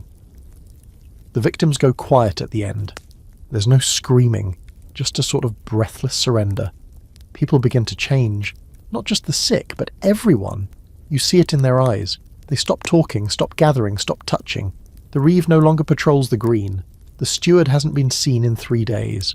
Father Eamon has taken to burning incense non-stop in the church, muttering prayers so fast they sound like one long holy wheeze. Your wife starts boiling water constantly. She hangs herbs above the door, mostly rosemary and garlic, and rubs vinegar on the shutters. You do the same, not because you believe it works, but because she believes it might. And belief is all you've got right now. You keep the children indoors, even when the sun is out, even when the air smells sweet and innocent. You nail the back door shut. You bury your waist deeper than ever before. You sleep with a knife by the bed, not for the plague, but in case fear makes someone do something stupid. One night, you hear wailing. Not the sad, soft kind. The open-throated animal kind. A woman's voice, raw and breaking.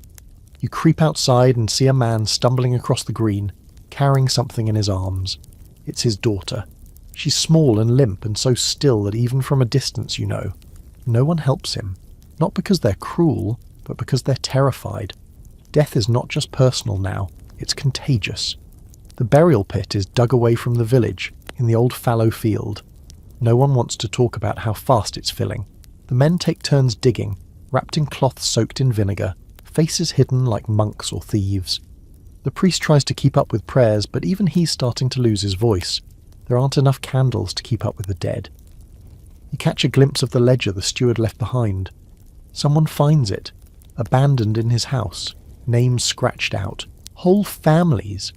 It doesn't look like a record anymore. It looks like a surrender. Then it hits your family. Your middle child, your quiet one, wakes with a fever. Not a high one at first, but enough. You and your wife look at each other, and there's nothing left to say. You've prepared for this. You built walls in your mind, tried to stay calm, tried to believe it might miss you, but now it's here, in your house, on your straw mattress, inside your child. You do what you can, cool cloths, prayer. Your wife burns more herbs, smears garlic on the doorframe like it can ward off the wind. You hold your child's hand as it goes hot, then hotter, then too hot to bear. They sleep in fits, mumbling strange things, sometimes calling out for people who are long gone. You stop eating. You don't speak unless it's to pray or comfort. You barely sleep. The days smear together like soot on stone. And then, one morning, the fever breaks. Your child opens their eyes. Their skin is pale, their lips dry, but the swelling never came. They eat a little porridge, then ask for more. You and your wife take turns crying in the back room where they can't hear you. That day you go outside and see the sun differently. The air smells like life again. Others weren't so lucky. Whole families are gone. Houses stand empty, silent. Doorways sealed with branches. The church bell tolls constantly now. So often it feels like part of the air. But your family is still standing. You don't know why. You don't pretend to understand it. But you're here. There's debate now about what caused it. Some blame the Jews in the towns. Others say it was God punishing the wicked. Some say it's the stars or bad air or frogs. One man claims he saw it crawl into the village as a shadow with teeth. You say nothing. What could you possibly say that matters? The plague doesn't care what you believe. It doesn't argue or negotiate, it just takes. And when it leaves, if it leaves, it doesn't apologize. You've survived, for now. But the world feels different. The ground feels uncertain beneath your feet. You see ghosts in your neighbor's eyes. Laughter feels forced. Food tastes like guilt. You're still a serf, still tied to the land. But part of you wonders if the land itself is poisoned. Not by death, but by what it forced you to become in order to survive it. The man on the horse isn't from around here. That much is obvious.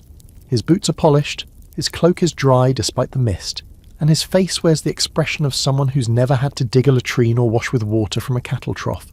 He arrives without warning, without greetings, and without even pretending to care that your village just clawed its way through a plague winter.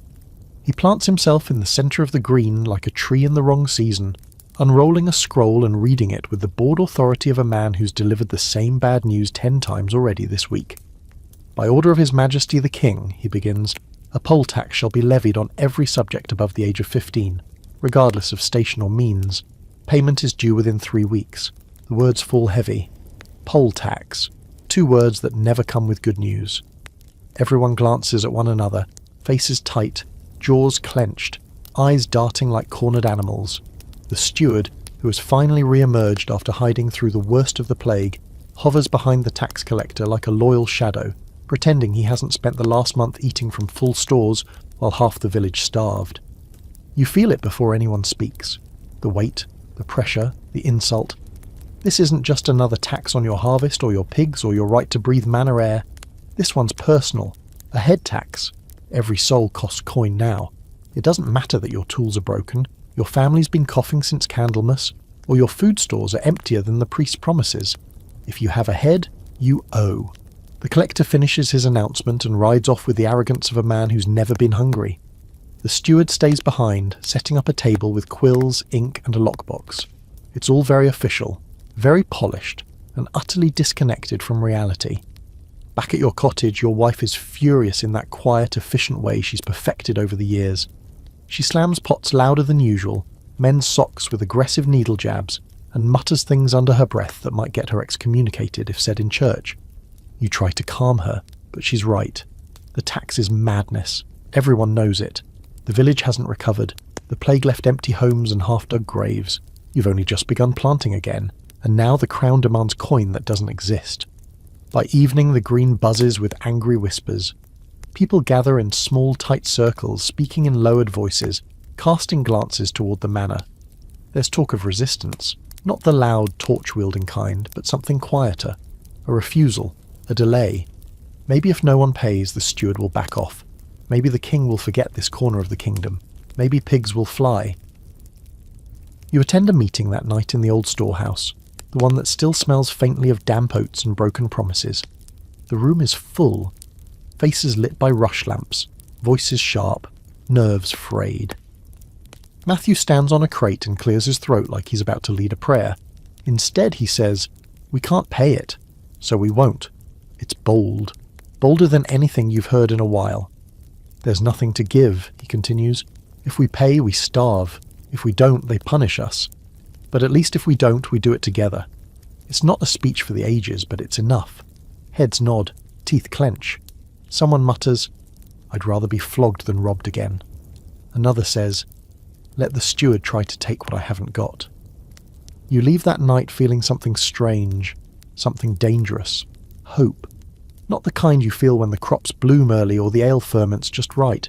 This is sharper, heavier, the kind of a hope that wants to do something. The next day you walk past the tax table without stopping. So does everyone else. The steward sits there, tapping his ink-stained fingers, glaring at villagers as they pass. By noon, he's fuming. By sunset, he's red-faced and muttering to himself. That night the Lord returns. He doesn't usually bother with village matters, but this one's different. Money is involved. Orders from the king. Failure to collect is failure to obey. So he rides in with his guards, demands explanations, and is told, politely through clenched teeth, that no one has paid. Not a single coin. He's not amused. The next morning the punishments begin. The first to be made an example is Thomas, the cooper. A good man. Quiet, hard-working, recently widowed. He's hauled in front of the manor and fined double for defiance. When he can't pay, they take his tools. His tools. You might as well take a fish's gills. The message is clear. Resist, and we take your livelihood. But here's the thing. Thomas still doesn't pay. He shows up to the green the next day with a borrowed hammer and a borrowed smile and says, "I'll keep working, and they can keep watching me." It spreads. The next day, Agnes pretends to be deaf. Walter claims he's dying. Geoffrey shows up to the table and starts reciting psalms until the steward throws a chair. Small acts. Petty ones. But each refusal is a spark. And sparks, you know, are dangerous when the whole field is dry. You don't pay either. Not because you want to be a hero, but because you simply can't. You have a family to feed, fields to plant, and no extra coins hiding in your tunic. You go about your chores pretending the tax doesn't exist because pretending is safer than shouting. Still, you feel something shifting. People walk straighter, talk louder. There's laughter again. Nervous, bitter, but laughter nonetheless. And every evening more villagers gather in the storehouse, whispering, planning. Not rebellion exactly, not yet, but something's coming. The crown wants coins, the lord wants obedience, but the village wants to be heard, to be seen, to not be treated like walking purses with dirty hands. And you? You want a world where your child can grow up without fearing the taxman more than the winter. For now, you wait, you work, you watch. But your fists are tighter than before, and the wind, for once, feels like it's blowing your way. You don't plan to join a revolt. Nobody does. Not really. It's not like you wake up one morning, look outside at the frost creeping up the shutters and say, "You know what? Today feels like a good day to rise up against centuries of inherited oppression." It's quieter than that. Slower. Like a pot left too long over a fire until one bubble becomes 2, then 10, then a frothing boil. And by the time the peasants' revolt reaches your ears in 1381, it's already spilled into the countryside like floodwater, looking for something to uproot. The rumours come first, wild and unbelievable. A man named Wat Tyler, an actual person, not just a tavern story, is leading peasants, artisans, even disgruntled townsfolk on a march straight to London. They've stormed manors, burned tax rolls, and made lords flee in their underclothes. Priests are preaching from church steps that all men were created equal. Equal. You hear that word and don't know whether to laugh or hold your breath. You sit around the fire that night, your hands wrapped around a chipped cup of thin ale, and listen as Matthew recounts the latest word. They say the king's men couldn't stop them, that Tyler's got thousands following him. Even some nights he says this with wide eyes, like a child hearing the story of St. George for the first time. But this time, the dragon is real.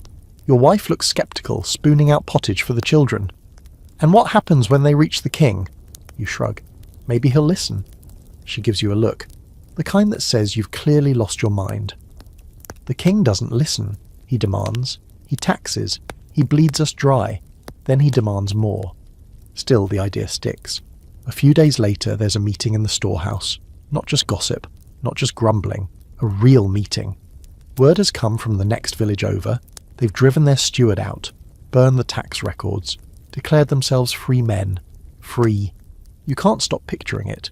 A world where you don't owe labour to the Lord, where you can marry without permission, where your children aren't born into bondage like piglets in a pen. When the question comes, who's going to march with them? The silence is deep. Then someone speaks. Agnes. She's 70 if she's a day, and her knees crack like dry wood when she moves. But she lifts her chin and says, "I'll go. If I don't see justice in this life, I'll haunt it into the next." It's hard to argue with that. So, you agree. You, Matthew, Henry, Joan's eldest, even the miller's shy apprentice who's barely old enough to grow a beard. You all pack what little you can. Bread, dried apples, a hunk of questionable cheese. Your wife doesn't stop you. She just fixes your cloak, presses a sprig of rosemary into your palm and says, "Don't be stupid.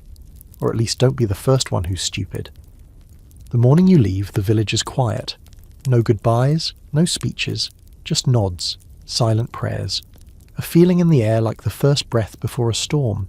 You walk for miles, through fields and woods, past other villages where people stand on the roadside, some cheering, some watching with tight lips. The group grows. Men with pitchforks, women with sticks, young boys shouting slogans they barely understand. It doesn't look like an army. It looks like a crowd at harvest time, only angrier. By the time you reach the outskirts of London, the crowd is massive. Fires burn in the distance. Smoke rolls like thunderclouds above the rooftops. Someone says they've stormed the tower. Someone else says the Archbishop is dead. You feel it in your bones. This isn't a protest anymore. It's a reckoning. You pass through towns where manor houses stand empty. Lords fled, servants gone, windows smashed like rotten teeth. In one town, the local reeve was stripped naked, tied to a fence, and pelted with turnips. It's funny, in a dark sort of way.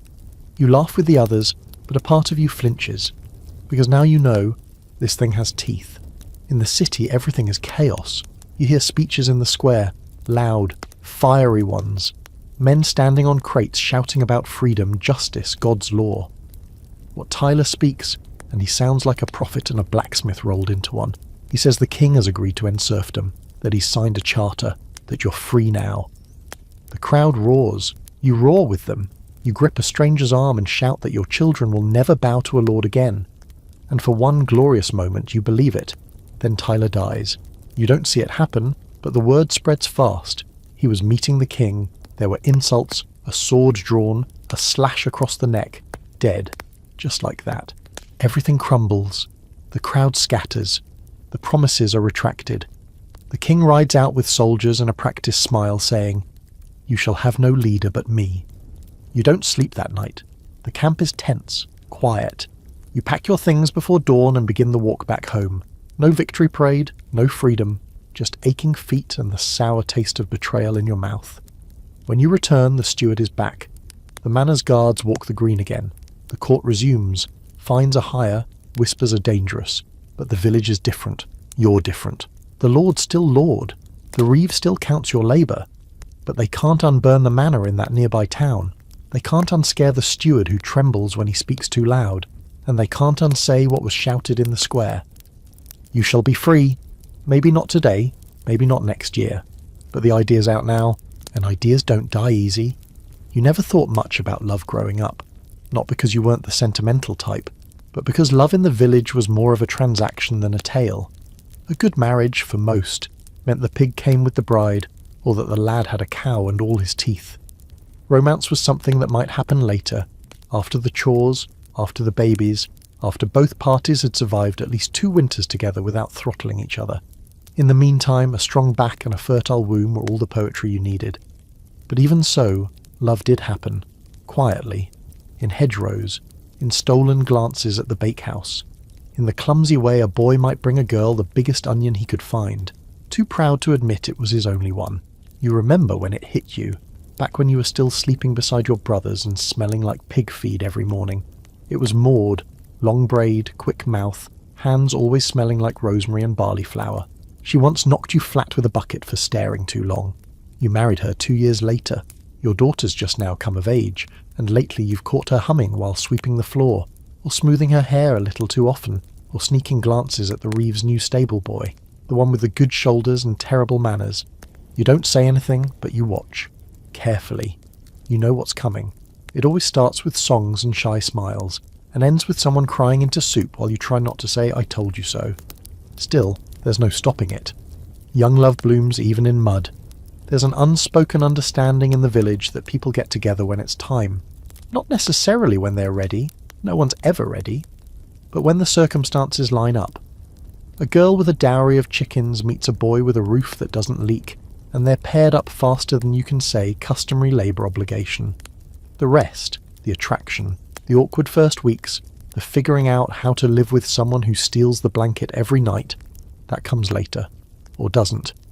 Either way, life moves forward. Of course, the manor still has a say. Serfs can't marry without permission. Technically, the lord owns not just your field, but your marital status too. If your daughter wanted to wed someone from another manor, the lord could charge you a fine or deny the match outright. Love needs a ledger in this world. Everything does.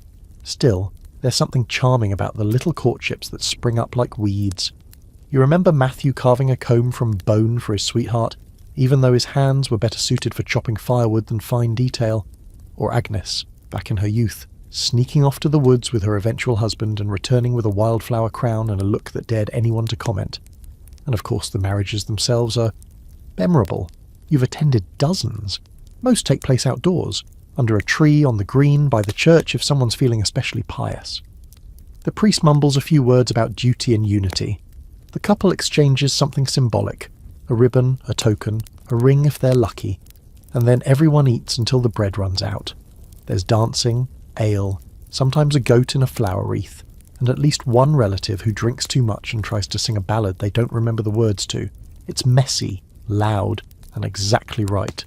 Your own wedding was modest. You had a shirt with only one hole in it, and your wife wore a borrowed shawl that smelled like thyme and soot. You didn't have much, but the fire in your cottage burned warm that night, and her hand in yours felt like something permanent. Over time, love shifts. It stops being about whispers and becomes about survival, about watching each other's backs through sickness and lean harvests, about knowing someone so well you can tell what kind of day they've had by the way they hang their cloak. You and Maud still argue, sometimes spectacularly, but at the end of every night, you still lie back to back, your feet touching beneath the blankets. That's love, at least the durable kind.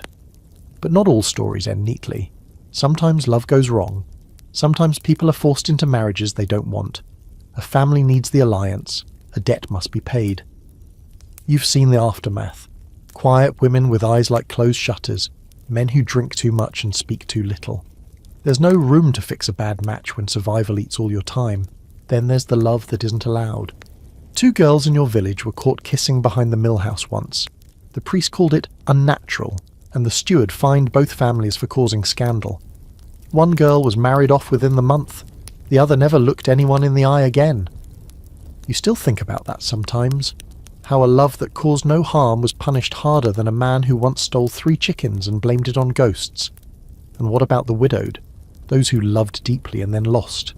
Some remarry out of need. Others never do.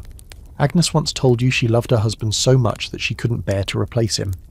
Even if the next one comes with a fat cow and better knees, she joked. Then her face softened. You only get one soul match. If you're lucky, she spat afterward to ward off sentimentality, but you could tell she meant it. There's a debate you've had many times, usually after the 3rd cup of ale around a fire. Is love a luxury or a necessity? Henry says it's for people who can afford to dream. Agnes says it's the only reason people haven't all walked into the sea. You think it's both. It might not keep your belly full, but it keeps your back straight. It makes cold nights warmer. It gives the pain a reason. Tonight your daughter hums again while braiding her hair. You recognise the tune. It's the same one your wife sang when you first met. That old folk song about a lover in the hedgerow, waiting with flowers and foolish hopes. Your wife rolls her eyes but doesn't stop her. You watch them both, heartsick and proud. You know you can't protect her from everything, but you also know she's strong. She'll love like the rest of you did, messily, bravely, imperfectly, and if it breaks her heart, well, there's always ale and onions, because in this life, love isn't always a fairy tale, but sometimes it's enough. You think about it for weeks before you say a word to anyone. The idea keeps scratching at the back of your mind like a mouse behind the wattle walls, persistent and hungry. Run away. Just leave. Take the road at dawn and don't look back. Let the manor rot. Let the reeve keep his ledger and the steward his fines. You weren't born to die in a patch of barley. You weren't carved out of mud just to spend your life feeding lords who've never lifted anything heavier than a wine jug. And people do run. Not often, not loudly, but they do. They vanish in the night, leaving behind cold hearths and unfinished chores. Sometimes they're found, dragged back by the lord's men, beaten, shackled, heads shaved as punishment. Other times they're just gone. They disappear into the trees, into towns, into cities where no one asks questions as long as you work hard and keep your mouth shut. The law calls you a fugitive if you leave without permission. Not a rebel, not a dreamer, a fugitive. Property gone missing, same as if a cart vanished or a plough walked away on its own legs. You know the risks, you've seen the risks. 2 years ago, a young man from a neighbouring village ran off. He left a note, scribbled poorly, full of big ideas about freedom and finding honest work in a town. He was caught 5 days later, hiding in a hayloft 10 miles away. They paraded him through the village with chains around his ankles.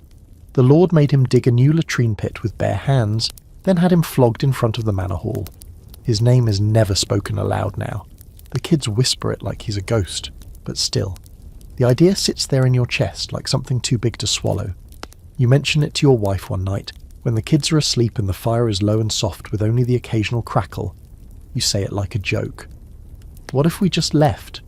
She doesn't laugh, doesn't answer right away either, just stares into the flames. Then she says, "Where would we go?" You say, "A town. Any town.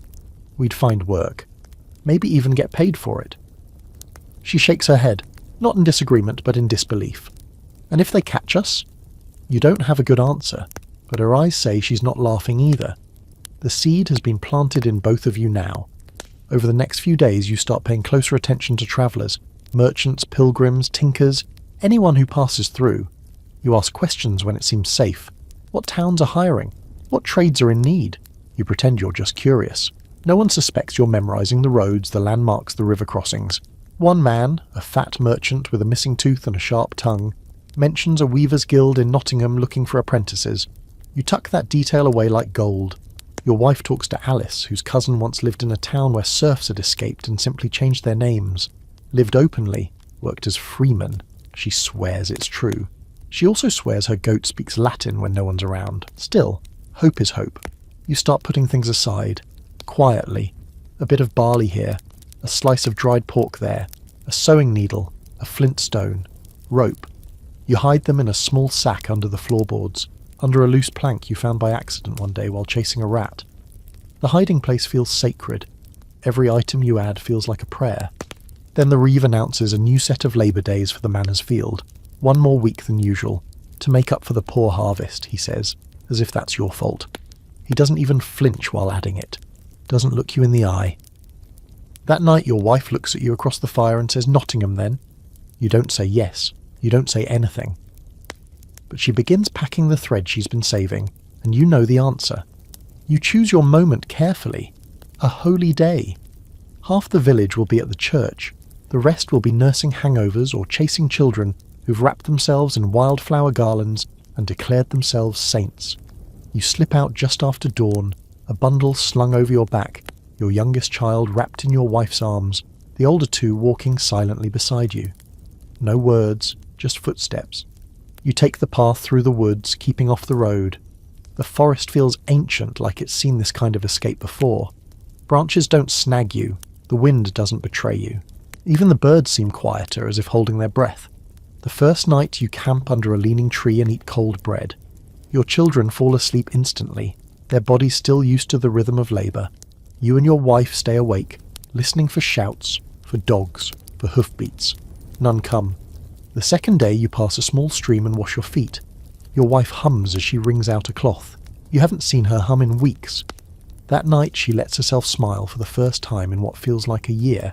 You make it to the edge of a town by the fourth day. Not Nottingham, not yet, but close. A market town with a mill and a church and people too busy to care where you came from. You barter an old wooden spoon for a bit of cheese. You ask about the road ahead. You change your names. Nothing grand. Just enough to throw off a curious steward. Your children become siblings instead of sons and daughters. Your wife pretends to be a widow. You say you're a thatcher looking for work. It's not entirely untrue. There's a debate among the fugitives, you later learn. Is freedom something you earn or something you take? You never join the debate. You're too busy surviving. And that, in itself, feels like a kind of victory. You still think about the village sometimes, about the house you built, the tree where you first kissed your wife, the fire pit where your children learned to sit quietly with soup and stories. You miss it. But not enough to go back. Because out here, every day is yours.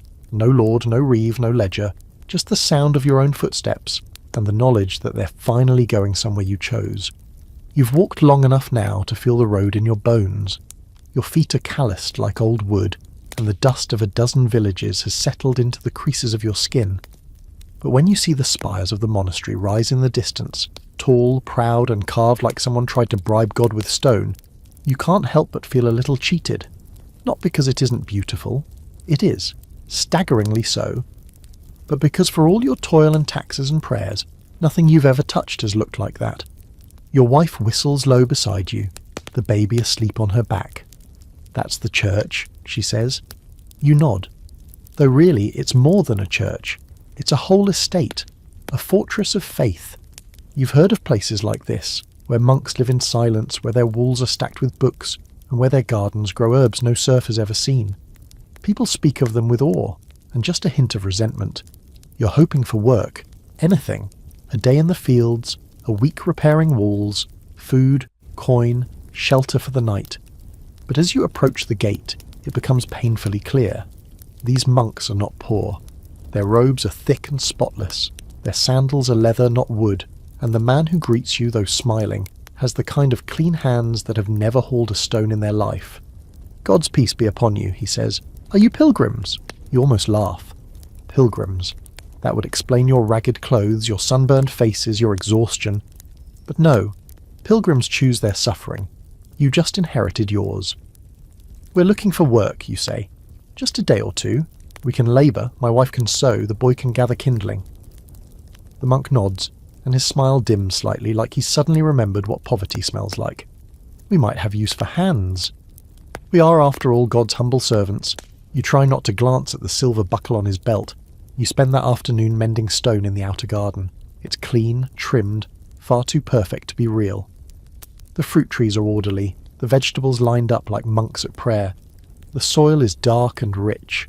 No weeds, no smell of manure, just rosemary and fresh earth and something faintly medicinal. It feels like you're walking through a painting, a dream. Meanwhile, your wife works in the laundry, your eldest stacks firewood, and your daughter helps gather herbs under the eye of a novice, who speaks in single, slow syllables, like she thinks your child is a goat. At dinner, they give you broth, thick, hot, rich with meat and lentils. It's better than anything you've eaten in months, maybe years. You eat slowly, not wanting to waste a drop, but also trying not to look like someone who hasn't seen meat since the last wedding feast. That night, you sleep in the guest shed, wrapped in wool blankets.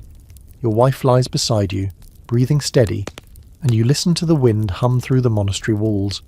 It's the first night in months where you're not terrified of waking up to someone's boot at your neck. The next morning, after chores, you're brought into the scriptorium. A monk there is copying texts, slowly, painstakingly, dipping a quill into ink made from crushed oak galls. He gestures to a bench. "Sit," he says, eyes on his page. "You can read?" You shake your head. He finally looks at you. "Want to?" You pause. It's not something anyone has ever asked you. "Read?" "You?" He places a piece of parchment in front of you. It's full of lines and loops. He points to a letter. "That's A, like the Almighty." He traces the next one. "That's B, like bread you grin." Now we're talking. You spend half the morning sounding out syllables. Your tongue trips, your brain aches, but it lights something inside you, a fire you didn't know could still catch. The monk says nothing more, just nods when you get something right, frowns when you mix up a P and a Q.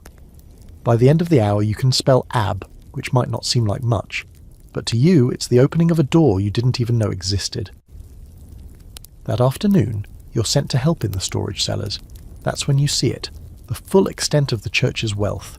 Barrels of salted meat, sacks of grain, jars of preserved fruit, bolts of cloth, wine. So much wine. You could feed your entire village through winter with what they have tucked away here like it's just another Tuesday. And it stings. Because this place, this monastery with its carved altars and golden chalices, was built with labour like yours, with taxes wrung from muddy hands, with grain collected in God's name but stored behind locked doors. You say none of this aloud, you just carry the barrels, nod at the brothers and keep your face still. But that night, back in the guest shed, you turn to your wife and whisper, "They have more food than our whole village." She sighs. "They pray harder." You both know that's not the reason. There's an old debate, quiet, whispered behind hedgerows and inside barns after dark, about the church. Is it holy, or is it just another lord in a robe? The priests preach charity, but take their tithe before the baker gets his crust. They bless the manor but rarely bless the fields. And now, here you are, scrubbing floors for monks with softer beds than any you've ever dreamed of. Still, you're grateful. You don't bite the hand that feeds, even if that hand is wearing rings. On the third day, the monk who taught you your first letters offers you a small square of parchment and a worn quill. "Practice," he says. You do. clumsily. Letters wobble, ink smears. But you write your name, not the one you were born with, the one you chose when you fled. It feels more real than anything you've ever held. You leave the next morning. The monks give you a loaf of bread and a bit of salted pork. No coin, no thanks, just nods. But you walk away with full bellies, a quiet mind, and one small scrap of parchment tucked inside your tunic. On it, 5 letters, slanted, crooked, yours. For the first time, you carry not just tools, not just bread, but words. You wake up coughing, hard and dry, and the first thought in your head is, not again, not another sickness, not after all you've outrun. Your ribs ache with every breath, your mouth tastes like ash, and your head feels like someone stuffed it with wet wool. You try to sit up, but the world tilts and rolls, like a cart with a busted axle. Your wife leans over you, her face pale and tight, hair clinging to her forehead with sweat. You've been out for a day and a half, she says. We thought you were... She doesn't finish. You both know the word she's trying not to say. The child stands in the corner silent, eyes wide with worry. You blink at her, try to smile, you fail. It's not the plague, thank the saints. There's no swelling, no blackened skin, just fever, chills, and a cough that rattles like beans in a jar. Your wife says you've had it before, the lung rot, as the villagers used to call it. But this time it's meaner, heavier, like it's sinking hooks into your chest.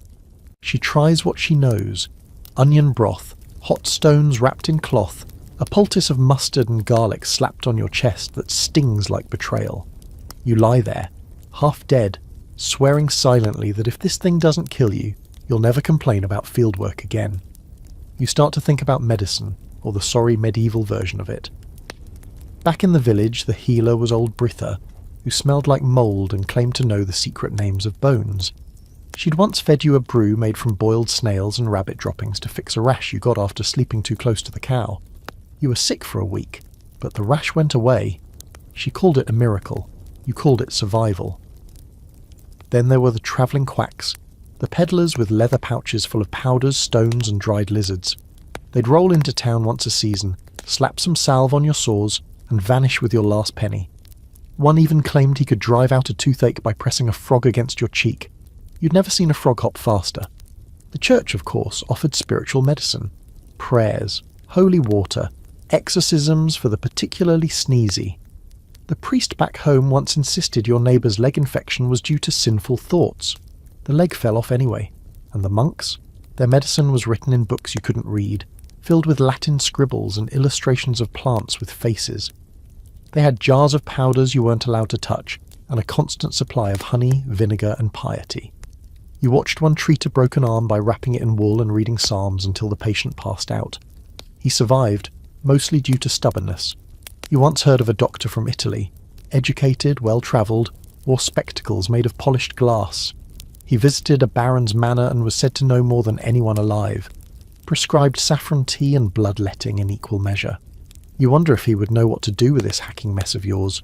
Probably bleed you dry, call it a success, and ask for a goose in return.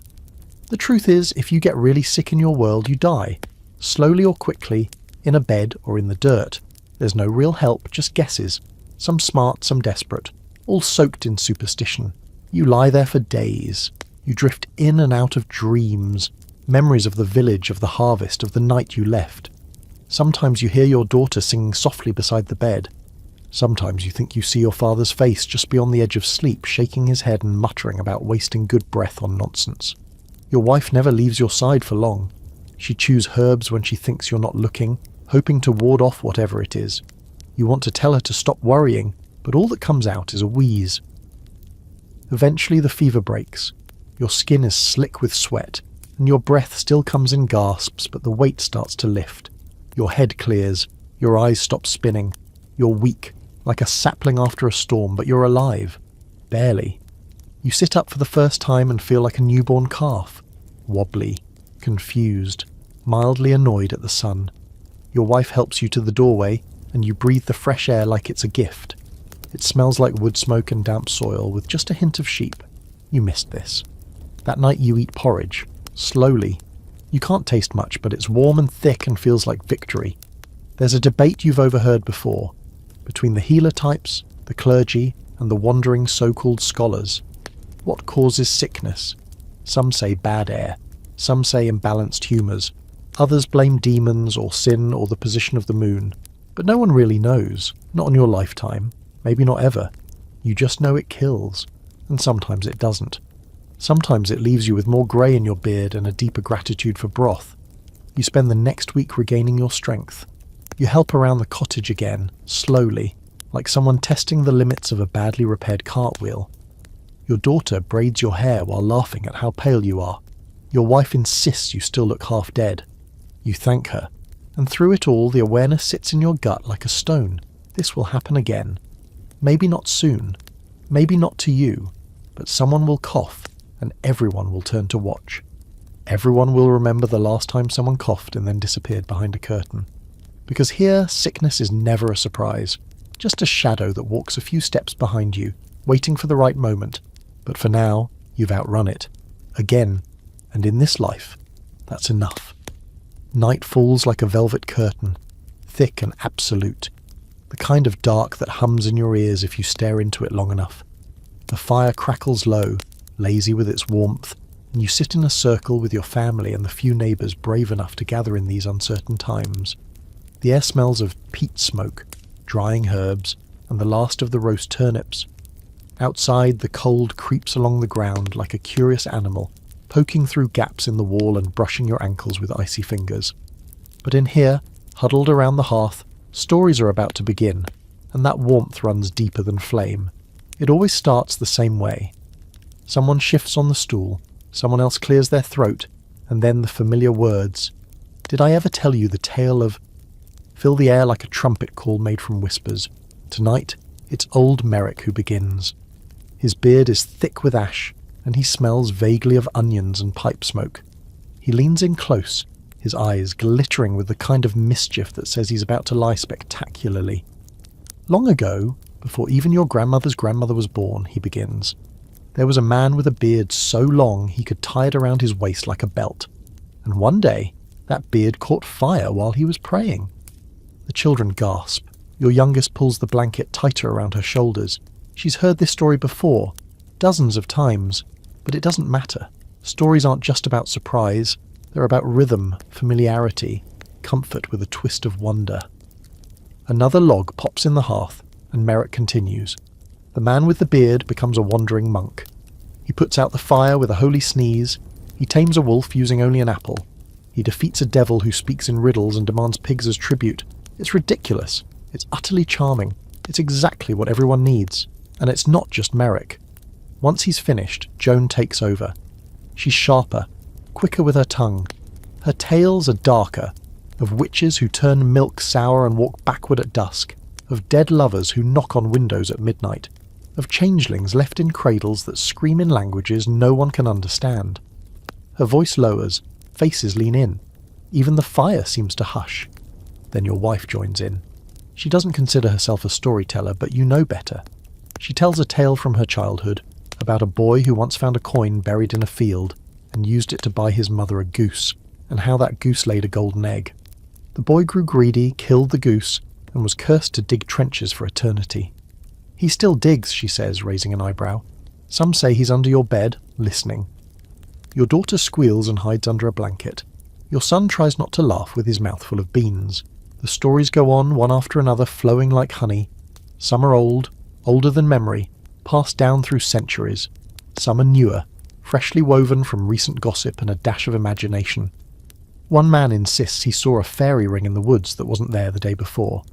Another swears a traveller told him dragons once slept under the hill behind the mill, and that their bones are still there, warming the earth. You contribute too. A tale about a donkey that outwitted a tax collector.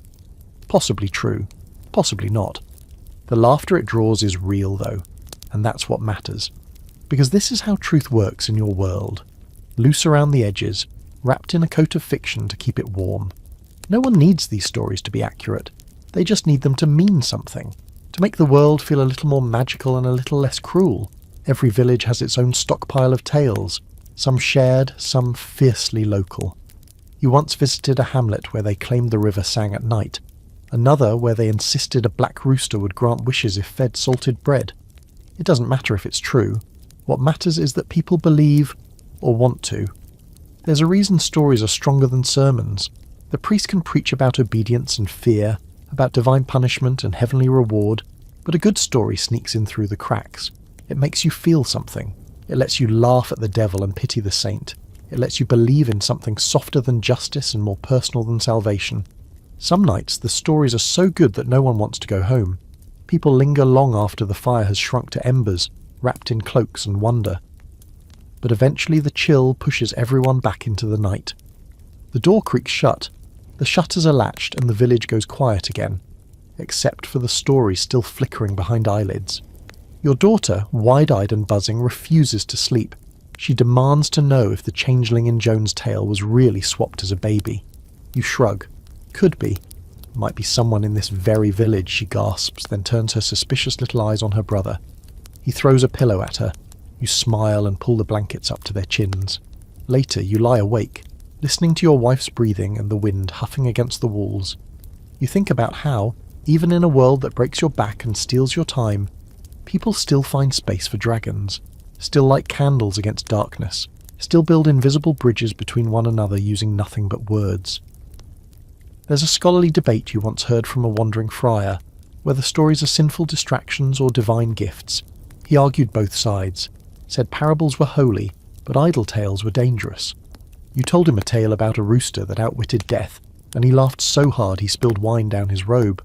Maybe that's your answer, because in the end, stories are survival, not just from cold or famine or lords or plague, but from despair. They remind you that joy still exists, that people are clever and brave and stupid in ways that matter. They give you a place to run when the world feels too sharp, and sometimes, if you're lucky, they give you a way to come back. So when morning comes and the frost creeps across the fields, and you haul yourself out of bed to fetch water and feed the fire, you carry the stories with you, tucked between the aches and the chores, keeping you warm. It starts with the air, crisper, lighter, carrying the scent of cut grass and soil that's finally stopped weeping water. The sun hits differently now, slanting low across the field in golden beams that make everything look blessed, even the weeds. And for the first time in months, maybe in a whole year, your shoulders don't hunch with dread when you step outside, because today's the day. The harvest is in, and, miracle of miracles, it's a good one. Not just better than last year, which was a rodent-infested disaster, or not as bad as the year before, when rain drowned everything but the priest's sermons. No, this harvest is honest-to-God good. The grain is fat in the hand, the barley ripe, the beans plump, and the root vegetables enormous. Your wife yanked a turnip out of the ground this morning that could double as a murder weapon. You held it up to the sky like it was the Holy Grail. You're not alone in your joy. The whole village feels it. There's a buzz on the green. People are singing again. Real songs with verses they halfway remember, and harmonies that fall apart into laughter. Children chase each other between the drying racks, weaving through lines of linen and bundles of wheat. Even the dogs seem happier, tails wagging with renewed purpose as they beg for dropped crusts and lick stray bits of fat from cooking pots. There's a rhythm to a good harvest day. You wake early, but not out of obligation, out of excitement. You pull on clothes that still smell of the fields and set out to finish the last of the bundling, working alongside neighbours who've gone from grumbling co-workers to actual companions. When someone's sack breaks, everyone helps. When someone cuts their finger on a scythe, 4 people offer cloth strips and unsolicited herbal advice. That doesn't happen during planting season, or winter, but today, generosity runs like ale. And speaking of ale, there's so much of it. By midday, the brewing has already begun in earnest. The village alewife, Maud, not your Maud, another one, rounder, louder, and always slightly drunk, has a cauldron bubbling so ferociously that it looks like she's conjuring something. She probably is. Her ale's been known to make grown men speak fluent French and confess childhood sins. By sundown, the feast begins. It's not official. There's no proclamation from the steward, no blessing from the priest, though he shows up later, mysteriously when the pies come out. It just happens. A spontaneous eruption of joy. Blankets are laid on the grass, baskets opened, trenchers piled high. There's bread that didn't burn, cheeses that haven't moulded, much. Pies stuffed with everything from meat to mystery berries, and one truly stunning roast goose that someone swears just wandered into the cottage and volunteered. You don't ask questions, you eat and drink and drink, and somewhere between your third and fourth cup of ale, you find yourself on your feet, clapping along to a song with a chorus you barely know, and a rhythm that's been mangled by 3 different tambourines. Someone plays a fiddle, badly. A girl with hair like fire jumps up on a barrel and starts dancing with her boots unlaced. The miller's wife attempts a jig and twists her ankle, but insists she was done anyway. You haven't seen joy like this in years, and it's not just about the food or the drink. It's what the harvest represents: survival, safety, a break in the storm. When the land gives generously, it feels like a divine nod, a moment where the world, for once, didn't try to kill you. It fed you instead. There's a fringe belief, never spoken too loud, that good harvests mean the old gods are pleased, the ones that live in trees and streams and forgotten corners of the field. The priest says it's nonsense, of course, but you've seen old Agnes leave apples on the stump near the East Meadow, and you're pretty sure the reeve spit over his left shoulder before harvesting the first row. So, maybe the gods still listen. There's one last surprise before the evening's done. The village blacksmith, a man named Ellis, whose arms could crush boulders, and whose smile rarely sees daylight, brings out a cake. An actual cake. Sweet, spiced, and shaped like a sheaf of wheat.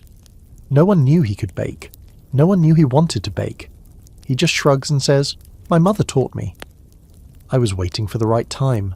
The whole village applauds. Even the steward shows up. Just long enough to murmur something about a prosperous yield and make an awkward toast. Then he awkwardly slips away before anyone can mention taxes. You stay long after the sun's gone. The stars blink into view, bright and smug above your heads. Someone builds a second fire, and around it, the older folks begin to tell stories again. You hear laughter, yes, but also something deeper. Relief, gratitude, maybe even hope. And as the night wears on, and your children fall asleep curled against your side, and your wife leans her head on your shoulder and sighs like a woman finally safe, you realise you're not thinking about tomorrow. Not thinking about lords or labour dues or whether the pigs are about to get sick again. You're just here, in this moment, surrounded by food, warmth, and people you love. And the miracle is not that everything is perfect. It's that, for once, it's enough. There's a debate always about how much joy peasants are allowed, whether you've earned a moment like this, whether the church approves, whether the Lord would consider this a disruption of order. You know what you think? You think screw the order? You think there's nothing more orderly than people coming together to celebrate not dying? You think this, sore feet, full belly, and music echoing into the stars, is as close to heaven as most of you will ever get. And tonight, that's just fine. The frost is back on the grass in the morning, curled like silver thread along the blades, catching the weak sun in 100 tiny mirrors. You see your breath again when you speak, and the chickens complain more loudly than usual as you coax them out of the coop. There's a crispness to the air now, a stillness that comes only after the harvest is long over, and the fields have gone quiet. The party is finished. The bread's been eaten. The barrels scraped dry, and the village, still nursing full bellies and sore feet, sinks back into the rhythm of winter preparation. This is the season of stacking, storing, mending. Everything that wasn't tied down during the feast is now getting fixed. Tools are sharpened. Walls are patched. That one broken gate gets its 15th repair job using twine, willpower, and creative profanity. You find yourself spending longer hours indoors, not from laziness, but from necessity. The daylight shrinks like a wool tunic in the wash, and the sun seems almost embarrassed to show up at all. Your hands crack from the cold even with gloves. Your knees ache, and you start noticing just how many holes there are in the roof of your cottage when the wind picks up. But the quiet isn't unpleasant. Not after the storm of the summer, the revolt, the illness. You can finally hear yourself think. Though mostly what you think about is how to keep warm, how much firewood you've got left, and whether the dried apples will last until Candlemas. The village seems smaller now, tighter, like it's pulling its cloak around itself, trying to stay cosy. And people are closer too, literally huddled together during morning chores, fireside gatherings, or just waiting for the communal oven to warm up enough to bake bread. You hear more stories now, quieter ones. Not the loud harvest tales, but the soft, strange ones that only come out when the nights grow long and everyone's a little more willing to believe in ghosts. Your daughter tells you one she heard from the blacksmith's apprentice, about a spirit that lives inside the hearth and must be thanked before you sweep the ashes. You thank it, just in case. Can't hurt. You find your mind drifting more than usual. While you mend your boots or stir the evening pottage, you think back over the year, the times you nearly gave up, the fear that sat on your chest like a stone during the worst of the sickness, the rebellion, the escape, the long walk to somewhere new, and now you're here, still poor, still working, still uncertain, but standing, and that counts for something. One morning the Reeve visits, not your old Reeve, the one you fled from. This one's younger, local, hasn't yet grown into the full measure of his future bitterness.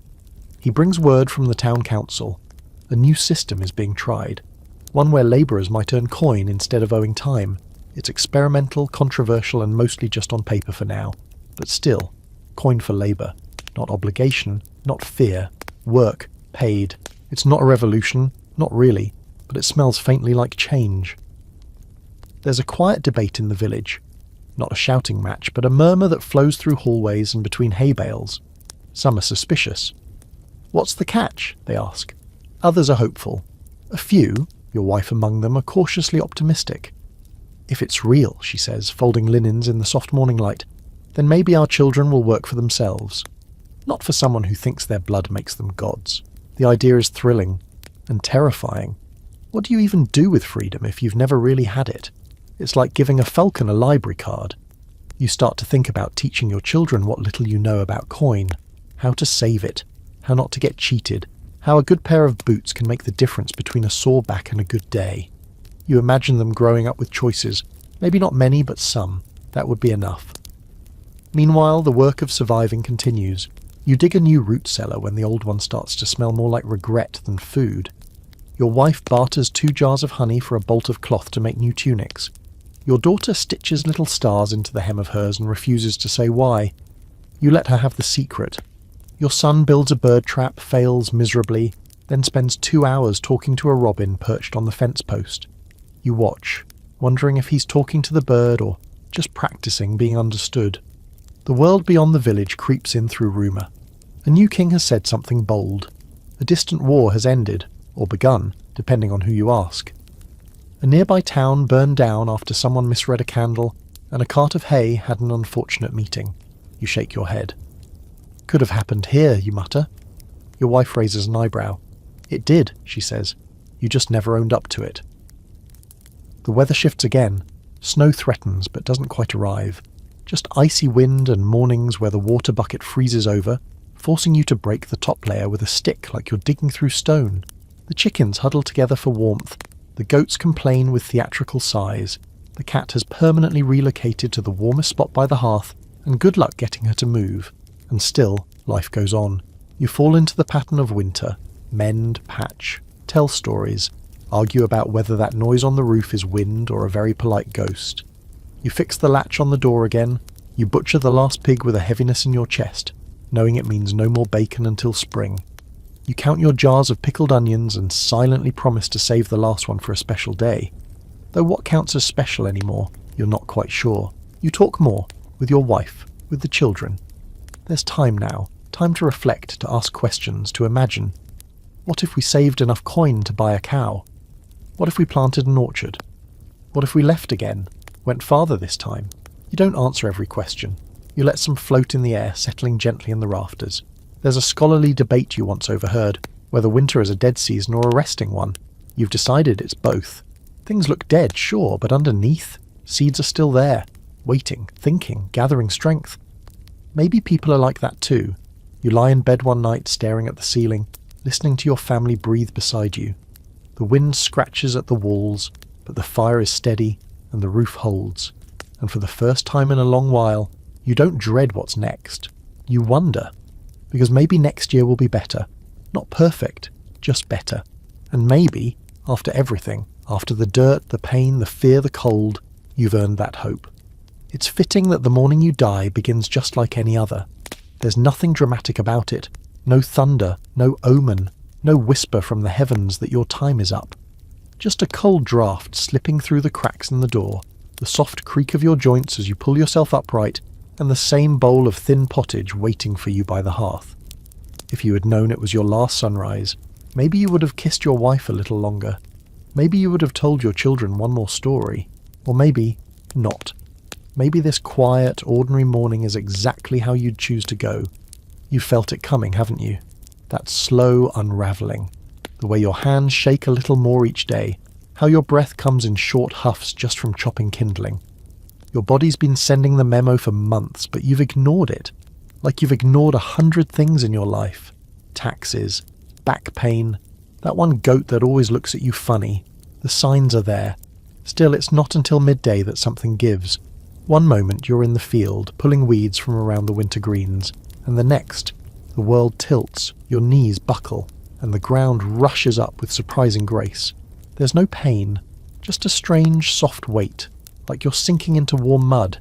You hear shouting, your wife's voice, the scuffle of feet. But it all starts to sound very far away. They carry you back to the cottage, or maybe drag. You're not sure. You drift in and out, aware of the ceiling above you, the crack in the beams, the smell of burning sage someone lit to keep away, bad spirits. That's Agnes. Of course it is. She always said you'd die before her. You remember laughing at that once. You're not laughing now. Your wife sits beside you, her hand wrapped around yours. Her grip is firmer than you expected. You squeeze back, just barely. And in that touch is everything. The fields you worked side by side, the children you raised through lean winters, the nights you shivered together under too thin blankets. A whole life wrapped in one final moment of skin against skin. Outside, the sun dips behind the trees, casting gold across the cottage walls. It feels warm on your cheek. You focus on that. Not the failing of your lungs, not the way your eyes blur, but the sun. You want to remember what warmth feels like. There's an old belief, one you heard as a boy, that when someone dies, the birds carry their last breath into the sky. You don't know if it's true, but the idea is a comfort. You picture your breath rising through the thatch, curling into the air, caught by the wings of a sparrow, or maybe a goose, a big, loud, unruly goose. That would be more fitting. Your children are crying now. Your eldest kneels by the fire, pretending he isn't wiping his eyes. Your daughter holds your hand to her face and murmurs things you can't quite hear. You want to tell them it's all right, that this isn't a tragedy, it's just what happens. No serf dies in a castle. No one gets a statue or a song. You go out the way you came in, quiet, in the dirt, surrounded by the people who kept you human in a world that tried very hard not to. The priest shows up muttering Latin over you. You don't listen. You never liked his voice. Too nasal. Instead, you focus on your wife's breath. It's steady, measured. She's braver than all of them, has been since the day you met her. You squeeze her hand one last time and hope she understands everything you can't say. Then just like that, you're gone. No fanfare, no burst of light, just stillness. They bury you in the churchyard, wrapped in your best tunic, the one with only 2 patches. The village turns out, even the steward. He says something vaguely respectful. Agnes throws rosemary into the grave. Your daughter sobs, and your wife stands straight, chin up, the same way she always did when the world dared to throw more weight on her shoulders. She's the last to leave. And now you are part of the land. You return to the soil you spent your whole life working. Your bones settle into the same dirt that stained your hands for decades. You become one more root in a very old system, one more story whispered in winter, one more name said by candlelight. The seasons move on, of course. Spring comes, the village plants again. Your children grow older, and eventually their children learn your name. Not in books, not in sermons, but in stories. They say you were kind, a good worker, fierce when needed, a stubborn mule when the mood struck. They say you once danced barefoot on the green during a harvest feast, that you stood up to a tax collector and lived to laugh about it, that you taught your daughter how to catch fish with her bare hands. No one mentions your rebellion, or the night you ran, or the time you stole a whole smoked ham and blamed it on a haunted breeze. That part of your story becomes fuzzier. But that's how legacy works here. It softens, it grows, like moss on stone, and someday, long after your bones have melted into the earth, someone will walk past the crooked marker at the edge of the churchyard and ask, "Who was buried here?" And someone else will answer, "That was a good man. A serf, lived hard, died honest." And maybe that's enough. Because for all the lords and kings and bishops who will be forgotten, your story, mud-caked, quiet, stubborn, stays. And now that the story's finished, you lie there, tucked under your blankets, the hum of your fan in the background, maybe a light still flickering softly by your side, and you let it settle in. What it meant to live like that. To wake with the sun, your body already aching, to work until the stars returned. To carry not only the weight of a lord's demand, but the quiet, relentless hope that your life could still be yours somehow. Being a serf in medieval England wasn't about grand battles or royal intrigue. It was about scraping by, inch by inch, season by season. It was digging your hands into frozen earth because someone told you to, and still finding a reason to laugh around a fire later that night. It was surviving one day so you could maybe survive the next. And in that long, muddy grind, you built something that history doesn't always remember. But your village did. Your family did. You mattered to them. You weren't free, not in the way the lords were, but your life, your stubborn, threadbare, deeply human life, was still yours. Your choices, small though they were, rippled out, through rebellion, through stories, through kindness, through love. You were a root in the soil they all stood on. So tonight, as you drift off, remember, history isn't only shaped by crowns and swords. It's also shaped by hands in the dirt, backs bent with labour, and quiet voices around a fire keeping stories alive. You are one of them now, and for once, after a lifetime of cold, you're warm.